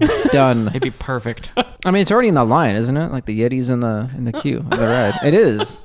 Hey, the Yeti could be in the collector's collection. Well, I was just thinking, at least he didn't try to fuck this elevator because that's an orifice. He might see and be like, oh. The doors on the bottom floor open and just spew flies out the two doors like The Shining instead of blood. God. It's like The Shining and The Matrix at the same Yeah, time. It just yeah. blows out the bottom. You just see the people in the elevator. They go, oh my God, a finger. That's not his finger. No. Come with me if you want to live. I can so see that scene. Cliff's just standing in the hallway. And you just hear that. And then just the blood just rushes Color out. fade out of his face. It's then the Yeti, after he's done fucking that elevator, all these people like are trying to get out because he stopped. Like, he basically lets it go and then it stops. Yeah. Like a good elevator will do. And these people are like pushing her to get out, and Melania tries to get out, and like a 90-year-old man like grabs her and just throws her down, and he's like, I got less time, it's my turn. And nobody turns around to help her. Like the whole floor is empty by the time it's just her. This elevator can cut her in half, and the Yeti. Yeah, and she's just hanging there going like, somebody please. Also, apparently she can't even get herself into the building. Yeah, she's helpless. Like, she's It's just not. a real sad sack at this point. Also, this is one of the few times that we're not getting the music. Like, we're actually getting this like Oddly Godzilla enough, knockoff yeah. score. Yeah. And that's when the Yeti starts playing Rampage. Yep. It's getting all the points because it's breaking every window on the way Every down. window. It's awesome. He's like using the windows for foothold, so his feet are just smashing through all the glass. I enjoyed the part where every time he was going to bust out a window, they set up a new scene. Yeah, like like a little gag. Rich old person's Like a apartment. guy trying to eat soup or something, and then big foot comes through. Some lady walks through the door. She's like, "Honey, I got the milk." Oh no! And then Yeti foot. It's like Howard the Duck flying through the apartments. It seemed like some Nickelodeon sketch comedy. It Oh, was so. it's like something from You Can't Do That on Television. It's a real all that moment. Someone's like, Amanda "What was Bynes that as a foot?" Yeti. And they go, "I don't know." And then slime falls on him. So then the Yeti, okay, at this point I go, is the Yeti trying to save Melania or is he just playing Rampage? Because he doesn't seem interested Well, because in anything. she but- slips Yeah. trying to climb on like a number on the wall, and she falls down the shaft. Yeah, and then she falls For the just second as time, she Cliff goes was down like, the shaft. And, hey! Zing. Also, Cliff like kind of shows up late, I think on purpose. He's like, "Oh, whoops." Oh dear. Like Daria going for the volleyball. He's just like around the corner. He's like, 1, 2, okay. And so then the Yeti catches her, right? Hell of a catch. Yeah, real nice saving the home run catch. Yeah. Sign him up for the Blue Jays. That would have been a better movie. Giant ball cap. Oh, Yeti playing center field. Yeti in the outfield. Yeti in the outfield, yes. Yeti in the outfield. I was trying to do like Little Big League, but You could have that John Fogerty Yeti of the song. year. Put me in, God. Ready Just to running play today. And the ump's like, "You can't use your foot as a bat, Yeti." Oh, he's got to use that tree from earlier. The poor bat boy trying to bring him his glove in between innings. He's like dragging this giant glove out of the That's the outfield. part where he accidentally throws the bat. And just half the crowd is mauled. Oh, I want that movie so bad. The Blue Jays made the pennant. Joseph Gordon-Levitt's getting all teary-eyed. My dad's gonna come back. That Yeti took him straight to the World Series. I love that the Yeti killed his dad. I just want to see the dad on the motorcycle going, "Yeah, maybe when a Yeti makes the pennant, kid." And then you just hear Exactly. Boom. You hear it in the Little background? did he know, Yetis know how to play baseball. Put me in. Starring Christopher Lloyd. Christopher Lloyd, Joseph Gordon-Levitt, and Yeti. Ron Perlman as the voice of the Yeti. Ron Perlman as Yeti. oh, the best. Randy Quaid is the dad. And like we still do the inconsistent height, so it's like the giant Yeti hits with a tree, and then it's just like Harry from Harry and the Hendersons running the bases. with like Big Macs getting thrown at him. Yeah. Go on, get out of here. So stay tuned for Yeti in the outfield from Grindbin Productions. Yes. So panic in the streets as the Yeti walks around town. Now he's only about 8 feet tall. Just barely clears a bus, as you said, Hughes. But there's this great part when he's walking around and like they have this nice scene set up of these buildings, and then he just pokes his head around. It's awesome. I actually laughed at that part. I did too. Okay, He's just peeping out from behind a building, like. one of my favorite parts is when some guy randomly yells, he goes, "The Yeti's headed for City Hall!" And I go, he just had to get political, didn't he? He just had to do it. Well, I am unsubscribing for this movie. Hey, stick to fish, buddy. That's right. Like some guy just stands up and he's like, "Hey, fuck you and your opinions, all right?" Nobody cares what a Yeti thinks of politics, pal. You're here for our entertainment, Yeti. He's heading towards City Hall! Like the whole building! Also, when he goes to City Hall, he's like 8 feet tall. And He's wearing a like suit. in an office park. Like before he was as big as the building. When he's on top of the building, he's 8 feet tall. When he's on the ground, he's 8 feet tall. Sometimes he's as big as the building. And this time he's like almost, he could fit through the door. Yes. Like Yeti's going to Congress at this point. Yeti goes to Washington. Yeah. I just want to see you in a suit and tie. And a fedora. Doing a filibuster. Slamming his paw down on the table. Wiping his brow. And Jimmy Stewart as the Yeti. Yeah. Now, listen here. Now, I'm a Yeti. So then we go to, well, you do see that part also when he's at City Hall when he just randomly sees a boy that's a little too big to be in a stroller and his mother. It's like they put a 5-year-old in a stroller because they're like, well, we can't have him scare an infant. That would just be cool, no. you know. No. So then we go to the Yeti walking around town with Melania. Then people run, cops show up, and then we just cut to a shot of Melania running out of a dark alleyway panting. I thought she woke up before then. She goes, "Oh, Yeti, what have you done?" Yeah, there's that. Yeti, what have you done? You remember the part where she just runs out of a dark alley panting, right? And I was like, what the hell just went on in there? Scene missing.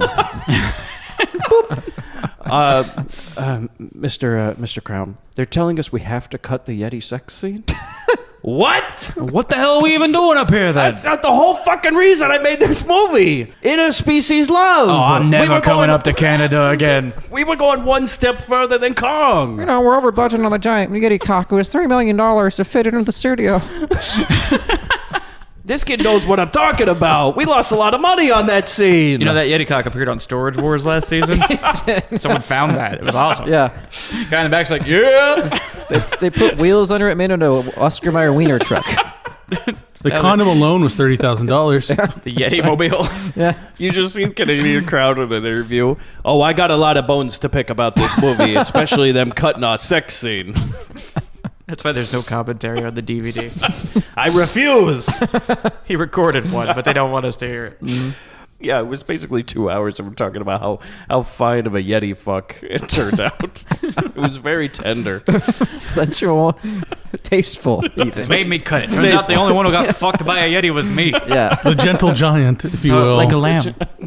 She showed him the ways. So then she basically runs to a phone booth and she calls Double H in his conference room. His logo looks like the Laugh Factory logo, by the way. I was going to say the same thing. Oh, yeah. Huh. It's like totally spot on. is, yeah. I'm pretty sure Laugh Factory watched Yeti and... They're like, lawyer up. We're in Canada, try and get me. Shaw family. Oh, no, they own the Comedy Store. So then she calls up Double H and he's like, hey, how's that Yeti doing? Can you take it over to this warehouse I own? Yeah, because the cops are looking for him. Nobody can find this giant Yeti. Yeah, no she has clue. successfully hidden him. In the Godzilla remake with Matthew Broderick, where they couldn't find Godzilla in New York. Because he was too wily. He's just, Oh, be God. damned. I don't know what happens. 50-foot lizard, you know? I think we saw that in theaters.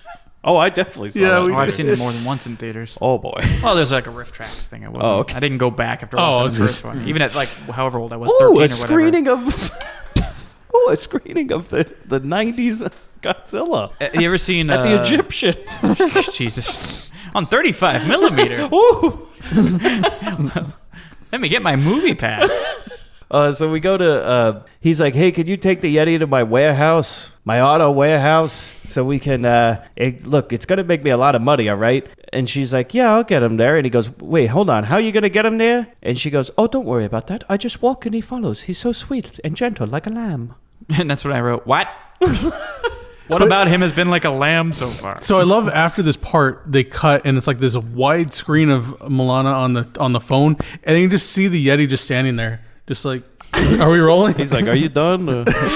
He's eating lunch. He's pointing to the watch, you know? He's like, come on. 8 hours. Bronson rules. And Charles Bronson as the Yeti. Hey. She never thawed me out. So then Double H hangs up, and then he goes and tells Cliff, he's like, hey, go over to that warehouse. Also, oh no, this is great. This is amazing. He hangs up the phone, and a guy walks into his office, right? And Double H turns to him and goes, hey, tell that security guy over at the motor plant that my granddaughter's coming over there with a friend. And I was like, that's all you want to say? Nothing about it being a 50-foot tall Yeti? Could you see the security guy being like, all right, he said friend, but this is... I don't know about this. We're going to have to call the boss on this one. 3's all right with me.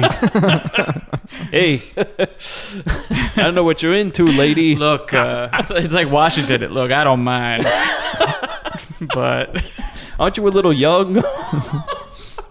I know it's none of my business. Don't you have school tomorrow? We see the Yeti is collapsed, and his breathing is irregular. This is where Al Gore comes in. He's going to talk about he's not in his right climate or his altitude, and we need to feed him oxygen. Yeah.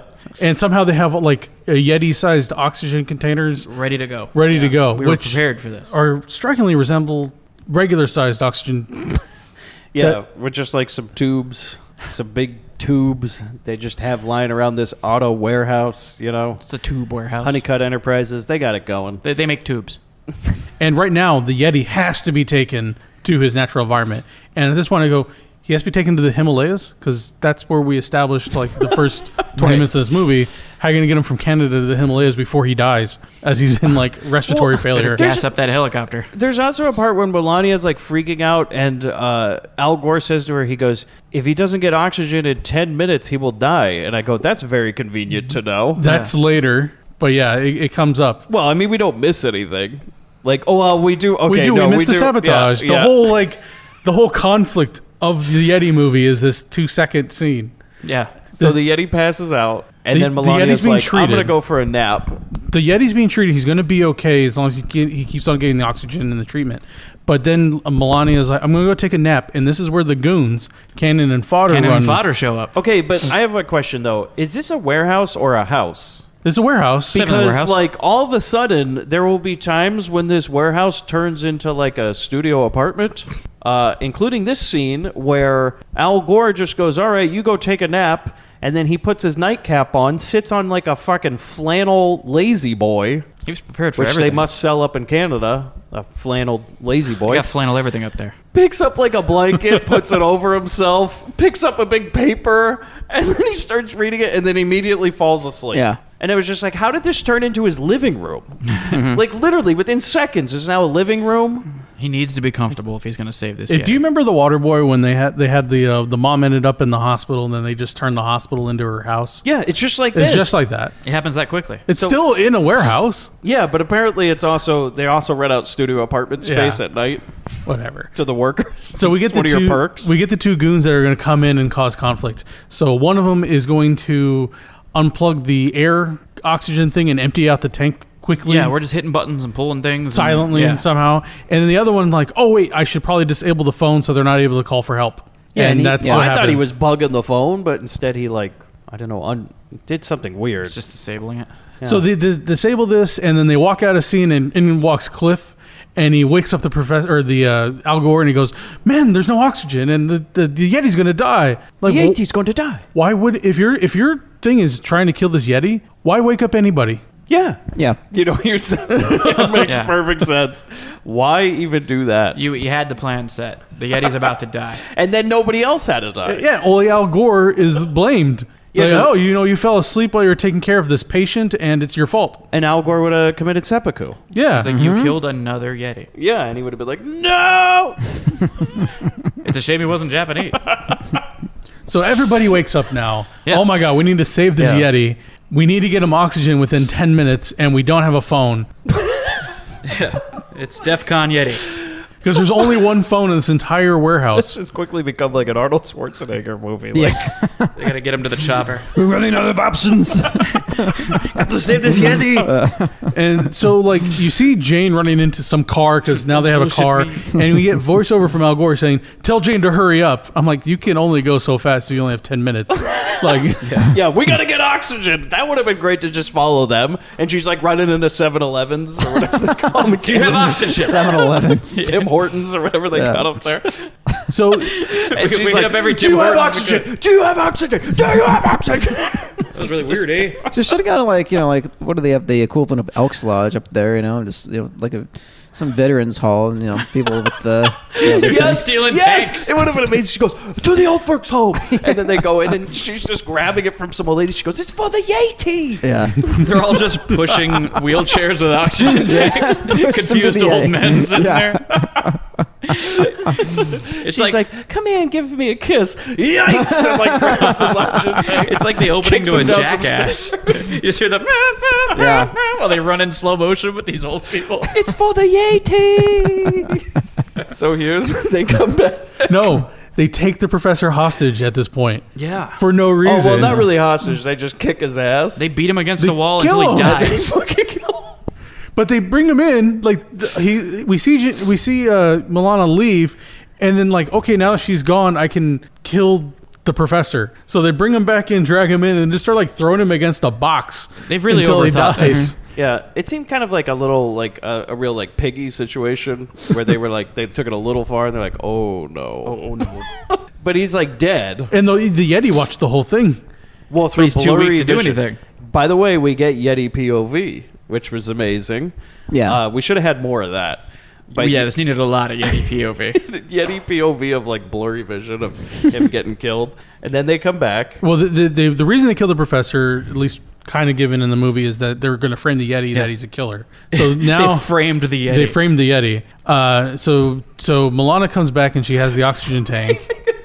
They framed the Yeti, the They do. dying It's Yeti. Part of the That's plan right. was I can't wait for framing the- the Yeti for murder. I can't wait for the SVU on this one. Yeah, it's gonna be a great episode. They get Benson to, and Stabler are gonna show up. They're like trying to shake down the Yeti. We know what you did, Yeti. where's the little girl Yeti? Where's the girl, Yeti? He takes off running through the baseball stadium. Oh, when they come back, so Melania and Baron come back, right? And they see that and one of the goons fakes hurt though. yeah, He's they- like he like just like lays on the ground. He's like, they would have been good if the other guy was like, hold on, man, let me rough you up a little bit, you know? wait, didn't Gives them all- Cliff fake hurt too? like a couple guys, they just Yeah. go like, oh shit, they're coming, everybody get down, and they all like kind of lay on the ground. They're like, whoa, what? Oh man, it was the Yeti. He killed that dude. It's like the end of Scream. They're stabbing each other. Like, we'll just say the Yeti stabbed us. Oh, there will be a stabbing very soon. But while they're discovering all this, they also like rehook up the oxygen to keep the Yeti alive, even though Because they, there's no sense framing him if he's dead. Yeah. yeah. They're like, Clearly, well- this plan is foolproof. Yeah, because the Melania's first thing is she's like, oh, the doctor's dead. Oh, that sucks. And then she goes over and she's like, well, at least we can save Yeti. I think I understand what maybe they were trying to get across here that I didn't get the first time. We got to use clues. The Yeti is the new mascot of H&H Industries. Yes. Right. If they turn him into a rapist, killer, terrible PR thing and set him up and then put him on trial and everything, it'll cause the H&H industry to go down, and now the new CEO of the rival industry that was voted, their industry will go up and they will get more money. Ha! Boom. I think that's So think they're that's gonna what fucking the, turn him into a Cosby. Yeah. You God know, damn it. Damn. price of Jello price of Price Jello. of Jello plummets. Man, That's what it all was. it's huh? all just to make Jello rates go down. Damn, Hughes. Like that glacier footage at the beginning was you blowing this movie wide open. Yeah. Hughes, I think you're in a little too deep, my friend. Yeah, Snack Pack is gonna come kill me. He knows too much. Lock your doors. So then basically the Yeti wakes up and starts throwing boxes. Oh, wait, hold on. Before that, the Yeti recovers, Melania and Baron are happy, and then I wrote, the fuck? Lassie's back. Yeah.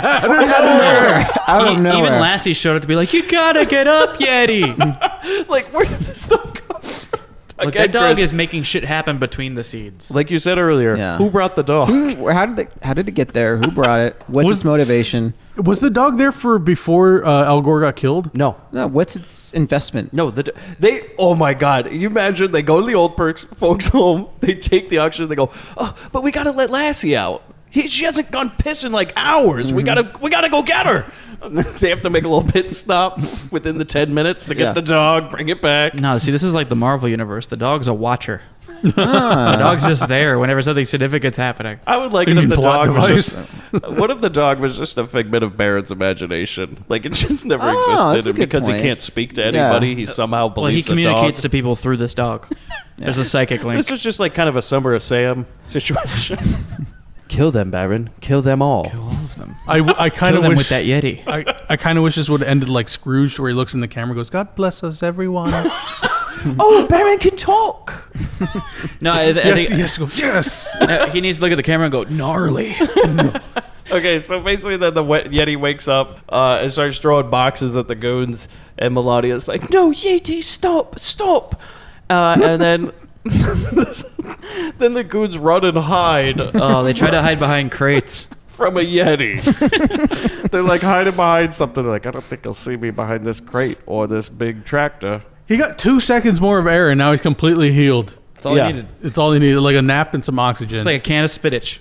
Then we see him like play with his prey. Oh, this is the best. Yeah. I love this scene. Mm-hmm. He begins to squish either cannon or fodder, as you please, under his foot. And the guy thinks he's toast at that point, but then he lets off a little bit. He stops, and the guy starts to get up. And then he grabs the guy by the neck between his big toe and the next toe, and we get the celery cracking sounds as this guy gets taken out. Gets his neck broken between giant toes. I had a genuine laugh. At that part. The coroner shows up. They're like, "So how'd he die?" Well, You're going to want to sit down. But yeah, this is by far the funniest part of this movie. Yeah. So then also there's the part where another guy, for some reason now he goes, the only way to get away from a Yeti is to like go up into the rafters. Yeah. Where he can reach. Yeah. Well, And then it would depend on his height. Why does the girl always run upstairs in a slasher movie? the Yeti like breaks through a window and it he scares gets him. so scared he jumps off the thing and kills himself. Yeah. He's like, "Fuck this." And then smartly, the Yeti gets out of there before the cops arrive. It's not his first rodeo. Yeti puts on a ski mask and leaves. That was funny because they Kind of cheesing, it's the fuzz. they called the cops when they found that everybody was beat up. Then we had all this action happen, and then they call the cops again, who are still en route. Yeah, because the security guards show up. They've done a real But you bang get up here fucking already? job, by Yeah. the way. No. And they're like, "We should call the cops." And then now the Yeti's outside causing more terror amongst the Canadians. As police show up at the warehouse, and Cliff's like, "I'll handle the questions." And Melania just runs up. She goes, "The Yeti is innocent. The Yeti is innocent. Tell them, Cliff. Tell them." And he's like, "Yeah, yeah, I'll take care of it. Whatever." And then basically the police. Okay, well, she goes, "He's innocent. He's innocent." And then a goon guy runs up and goes, "Yeah, that Yeti just killed 2 guys and ran off." This is like the Iron Giant. And the police were like, "Hold on, what color was he?" Red. He was red. Like the sketch artist will be here soon. Okay, would you say... There now it comes. you say Yeti. It's kind of dark in here. Maybe you got confused. Just so we're clear on who we're chasing here. All right, can you pick him out of a lineup, please? Everyone turn and say the line. Shoot on sight. So that they do say, by the way, shoot on sight. Shoot on sight. Yeah.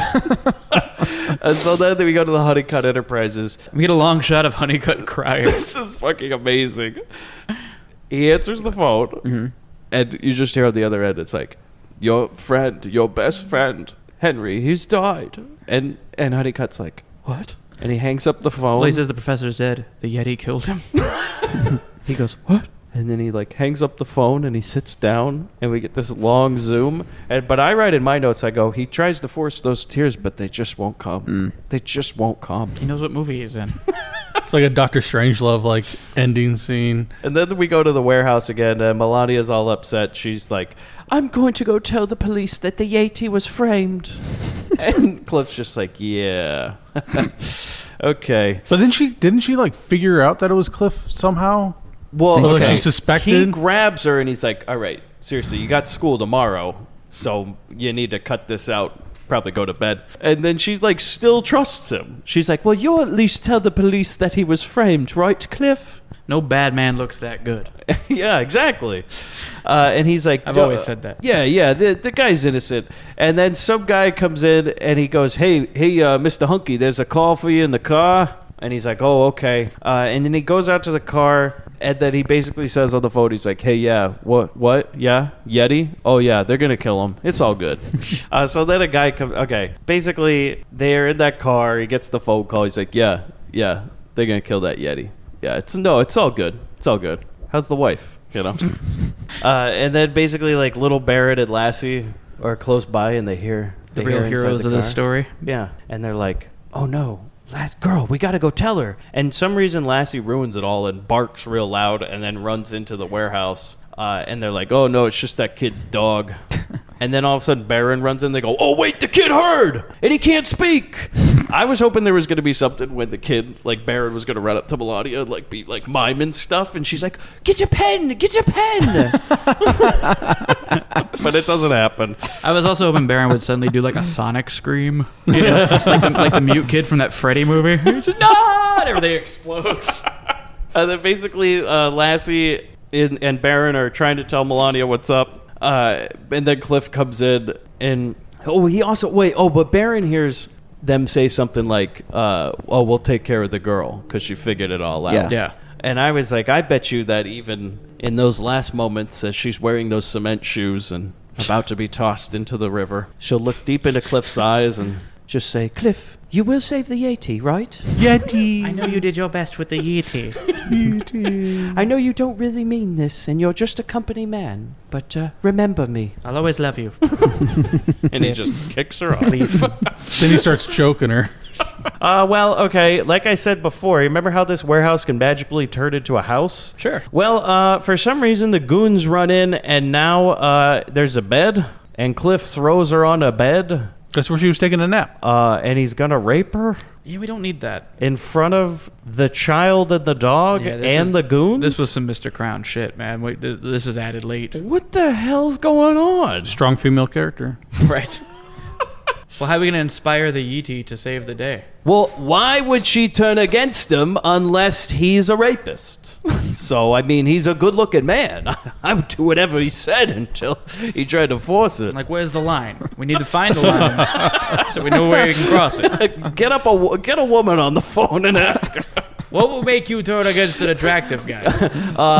What would it take for you to not believe Fabio anymore? She's like, well, lots of things. He just hangs up on her. We got it. She said rape. So basically, then Cliff tries to strangle her, and the Yeti busts through a wall.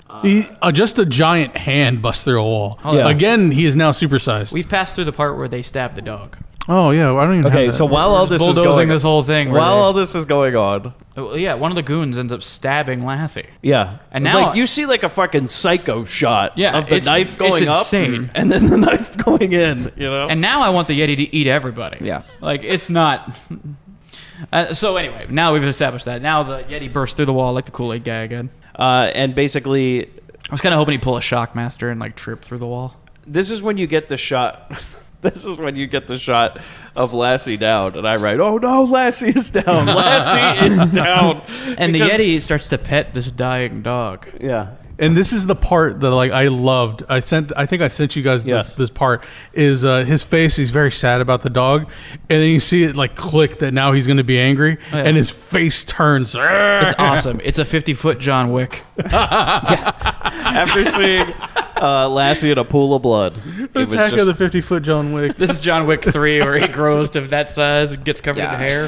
Jesus. So the goons make the escape, right? And the Yeti busts through the building. Cut to the next day. Because apparently... literally in my notes say, cut to ellipses next day. Apparently, like, well, we can't film on that mountain at night. They ran out of time to film, so they just had to wait. We don't have any lights.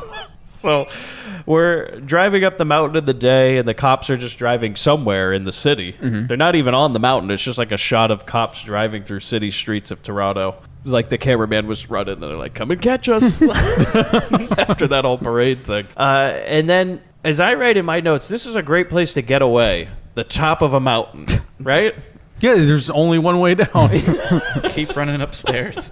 And so the Yeti shows up. The Yeti just shows up halfway through this mountain trip, and then he starts like destroying cars. Oh, it's great. He drops a tree on a car and it explodes because that's what cars do in 70s movies. Everything, any kind of impact, the car every explodes. car explodes. Like tree, car explodes. Yeah. He throws a big rock, car explodes. Later, he'll tip over a Tonka truck, explodes. It's just He growled at a car and it exploded. Yeah. Then we go to Yeti camp, back where it all started, right, guys? Full circle. The goons arrive and run from their car. The Yeti shows up. He's screaming. One goon just falls off a cliff. Again, another one commits seppuku, kind of just runs off that cliff. Honestly, I'm getting chased by a 50-foot Yeti. I'm probably going to take a dive. Like, I'm good. I'm out. This will not end well for me. They were like, why did we climb up a mountain? No! We came to where he's strongest. Like, what was their plan going up to this mountain? They didn't get to frame the Yeti as a rapist killer. Mm-hmm. So they're like, well, from back from whence you came, huh? Maybe we can go refreeze him, put him in that ice again, huh? And during all this, one of these dudes busts out, I guess, a grenade launcher rifle. Yeah. Yeah, Cliff. Yeah, Cliff. And he misses wildly. It's like watching American Gladiators when they do assault, and he's like shooting tennis balls. Yeah, he's got like some sort of pocket RPG. Yeah. And the thing just goes wildly off course. He can't hit the fucking 50-foot Yeti in front of him. And during this, like, we're getting cut back to where Jane's like running up the mountain in her high heels and stops the yellow taxi cab police cars. Where did she come from? The bottom of the mountain, Like, obviously. was she with the Yeti? I wanted cutaways of her just huffing it as hard as she could. Yeti, no! And she's running up this Like mountain. the T-1000. Yes. I would have been okay with her just showing up in a cop car. Like, just drop her off in a cop car at the top of the mountain. Or like at least have the Yeti carrying her. At one point, a cop is about to shoot at the Yeti, and Jane grabs his gun to make him miss and isn't arrested for it because we're in Canada. Like, oh, don't do that, eh? Like, hey, that's kind of rude. Hey, it's my gun you got there, eh? I want to see a movie with like Canadian Bronson where he plays a police officer in Canada, He but shoots he's no very, one? very mild mannered. Yeah. Bronson playing a Mountie. Oh, I hear there was a rape, eh? Oh, that sounds pretty terrible. Yeah. Ooh. Oh, wouldn't want to be there, eh? Well, talk to you later. Back to my desk. So then basically the cops show up. Yeah, she dodges one of their guns. She's just running around going, "Don't shoot the Yeti. He's like a lamb." And Cliff makes his last-ditch effort. He tries to shank Yeti with a crane. He tried to stab him in the torso by reversing a crane. Oh, I thought he had penis envy. He was going right for the goods. Gonna give him one. Give him what for? And it doesn't work out, and he gets stomped. Yeah. Well, he does toss that Tonka truck over. It explodes. Yeah. He stomps him. And then the cops are like, "Yeah, I think this Yeti seems fine to us, eh? Doesn't seem too bad a guy." He seems to have gotten out of his system, yeah? This one's pretty open and shut. Yeah, they literally watched him kill a man, and they're like, "Oh, yeah, he seems fine now, though." He's calmed down, all right. He had a bad day. Oh, I love the Canadian police. Melania does. We've all been there. She starts talking to the Yeti. She's like, "Yeti, please don't kill anybody else. We're really nice people up here in Canada. And she tells him he has to go away. He has to go back to the mountains. Just go away, Yeti. Back to where you came She from." says, Yeti, boy, girl, please go away. And he nods, and we get the sad Hulk walk. He's like, and then Melania and Baron are all sad, but bark, bark. Oh my God! You can't keep a good dog down. How the fuck did the dog get here? Lassie isn't really a dog. Also, how did Baron get here? I think. Oh wait, no, never mind. They kidnapped Baron. Yeah, he was in the car. Well, Lassie's part of Baron's imagination, so therefore it's there. Exactly. I was thinking, wouldn't it Because be Baron great needs him there. if like Lassie hid in one of the trunks? And this is so bizarre that the dog even came back. This is like the end of the G.I. Joe movie, the animated one, where it's like you get an off-screen, Duke's alive! Even though you saw him die. Do you think maybe Lassie, like, have you ever seen Cape Fear when Robert De Niro's like on the bottom of their car? All right, like Lassie's just gripped onto the bottom. I also want a scene of a collie doing push-ups with a picture of Baron. Well, you did see that scene where the collie started barking at the problem child screening, right? Yeah. And so then The boy and the dog are united. Yeah. Well, there's a long slow motion shot of them running at each other, but then Lassie gets tired halfway through and just lays on the ground. Well, Lassie was stabbed. Yeah, Lassie's still bleeding. Because this fucking dog is covered in blood. Like, they've put fake blood all over the front of the dog. It makes you wonder what the dog got into on the way here. Like, the dog fought and killed 8 more things. I would have liked the cops to go, "Oh, boy, get away from that dog. He's rabid, eh?" And they just shoot the dog. God. They got in some marshmallows and they think its mouth is like rabid foam. Oh, we saved his life. But no, Baron hugs that bloody dog. Does the movie end this way? No. We cut back to the collapsing ice again. Maybe a female Yeti? No. Nah. Oh, man. The Yeti. Bride of Yeti. That'd be great. Oh, no, they're fucking in the middle of this. That's why the ice is all falling. You think that was water drizzling off the iceberg? If the glacier's rocking. I want to see, like, you cut inside a apartment, right? And it's just like, boom, boom. Oh, my God, honey, is that an earthquake? We don't have earthquakes in Canada. And then they look out the window, and it's just the male and female Yeti in the middle of Toronto. And it starts raining frozen yogurt. There's people on an expedition up in the mountains, and they just see a giant sock on a tree. Yeah. They're like, oh, I think he wants some privacy. I don't think we should go in these woods yet. Just got her bent over that tower. Just going to town. And afterwards, he just picks up a building and smokes it. Yeah. You know, little nightcap. Yep. Little Leno. Good night. Hey, did you hear about this Yeti? So that's Yeti, Yeah, giant of the 20th century. We get the disco O Fortunas again. The the credits roll. You do get the Yeti theme song. Yeah. Yeah. It's like, he's a Yeti. He's a guy. He came from the ice and he melted to... Can we open the episode with you doing that? Sure. Just use that. Recommendations? At 1.5 speed, sure. It's worth it for the one gag where he strangles the guy with his foot. Yeah. I got a good laugh out of that. It's too bad we couldn't see that Yeti sex scene, because I really felt that would have tied the movie together. Director's cut. You know, if you're, I give it a recommend if you're folding some laundry or working on a Sudoku. You know, if you got a decoupage project you want to work on or something, you're knitting something, you can put that on in the background and be cool, because it moves so slowly that you can tune out and come back in and not really miss a whole lot. Or having loud sex. Or... Oh, yeah. Yeah, that Making too. love to the Yeti. But there are some really memorable parts that I think are worth checking out, you know, and which are probably all in the trailer, honestly. So it's a moderate recommend for me. Probably all in that Italian trailer. Yeah. Nobody in this movie wanted to know about this movie or to show it again. It didn't make it to theaters. I don't think we missed anything. You don't need to watch this movie. I think that I would recommend it. At first, I was like the first half hour, I was like, Bobby, what the fuck? E.T., are what have you doing? done? Bobby. Movie, what have you done? But as time went on, I would say, much like Melania herself, my hard exterior was broken, and I was let in by the friendliness of the lamb Yeti. And I knew, as I looked into his eyes and that beautiful long hair, that he's just a sensitive guy underneath. And this movie, well, it's a sweet, nice movie about a Yeti potentially having sex with an underage girl and her trying to have sex with a 40-year-old man. It's a story old as time, everybody. Well put. Wow. It's a Woody Allen movie.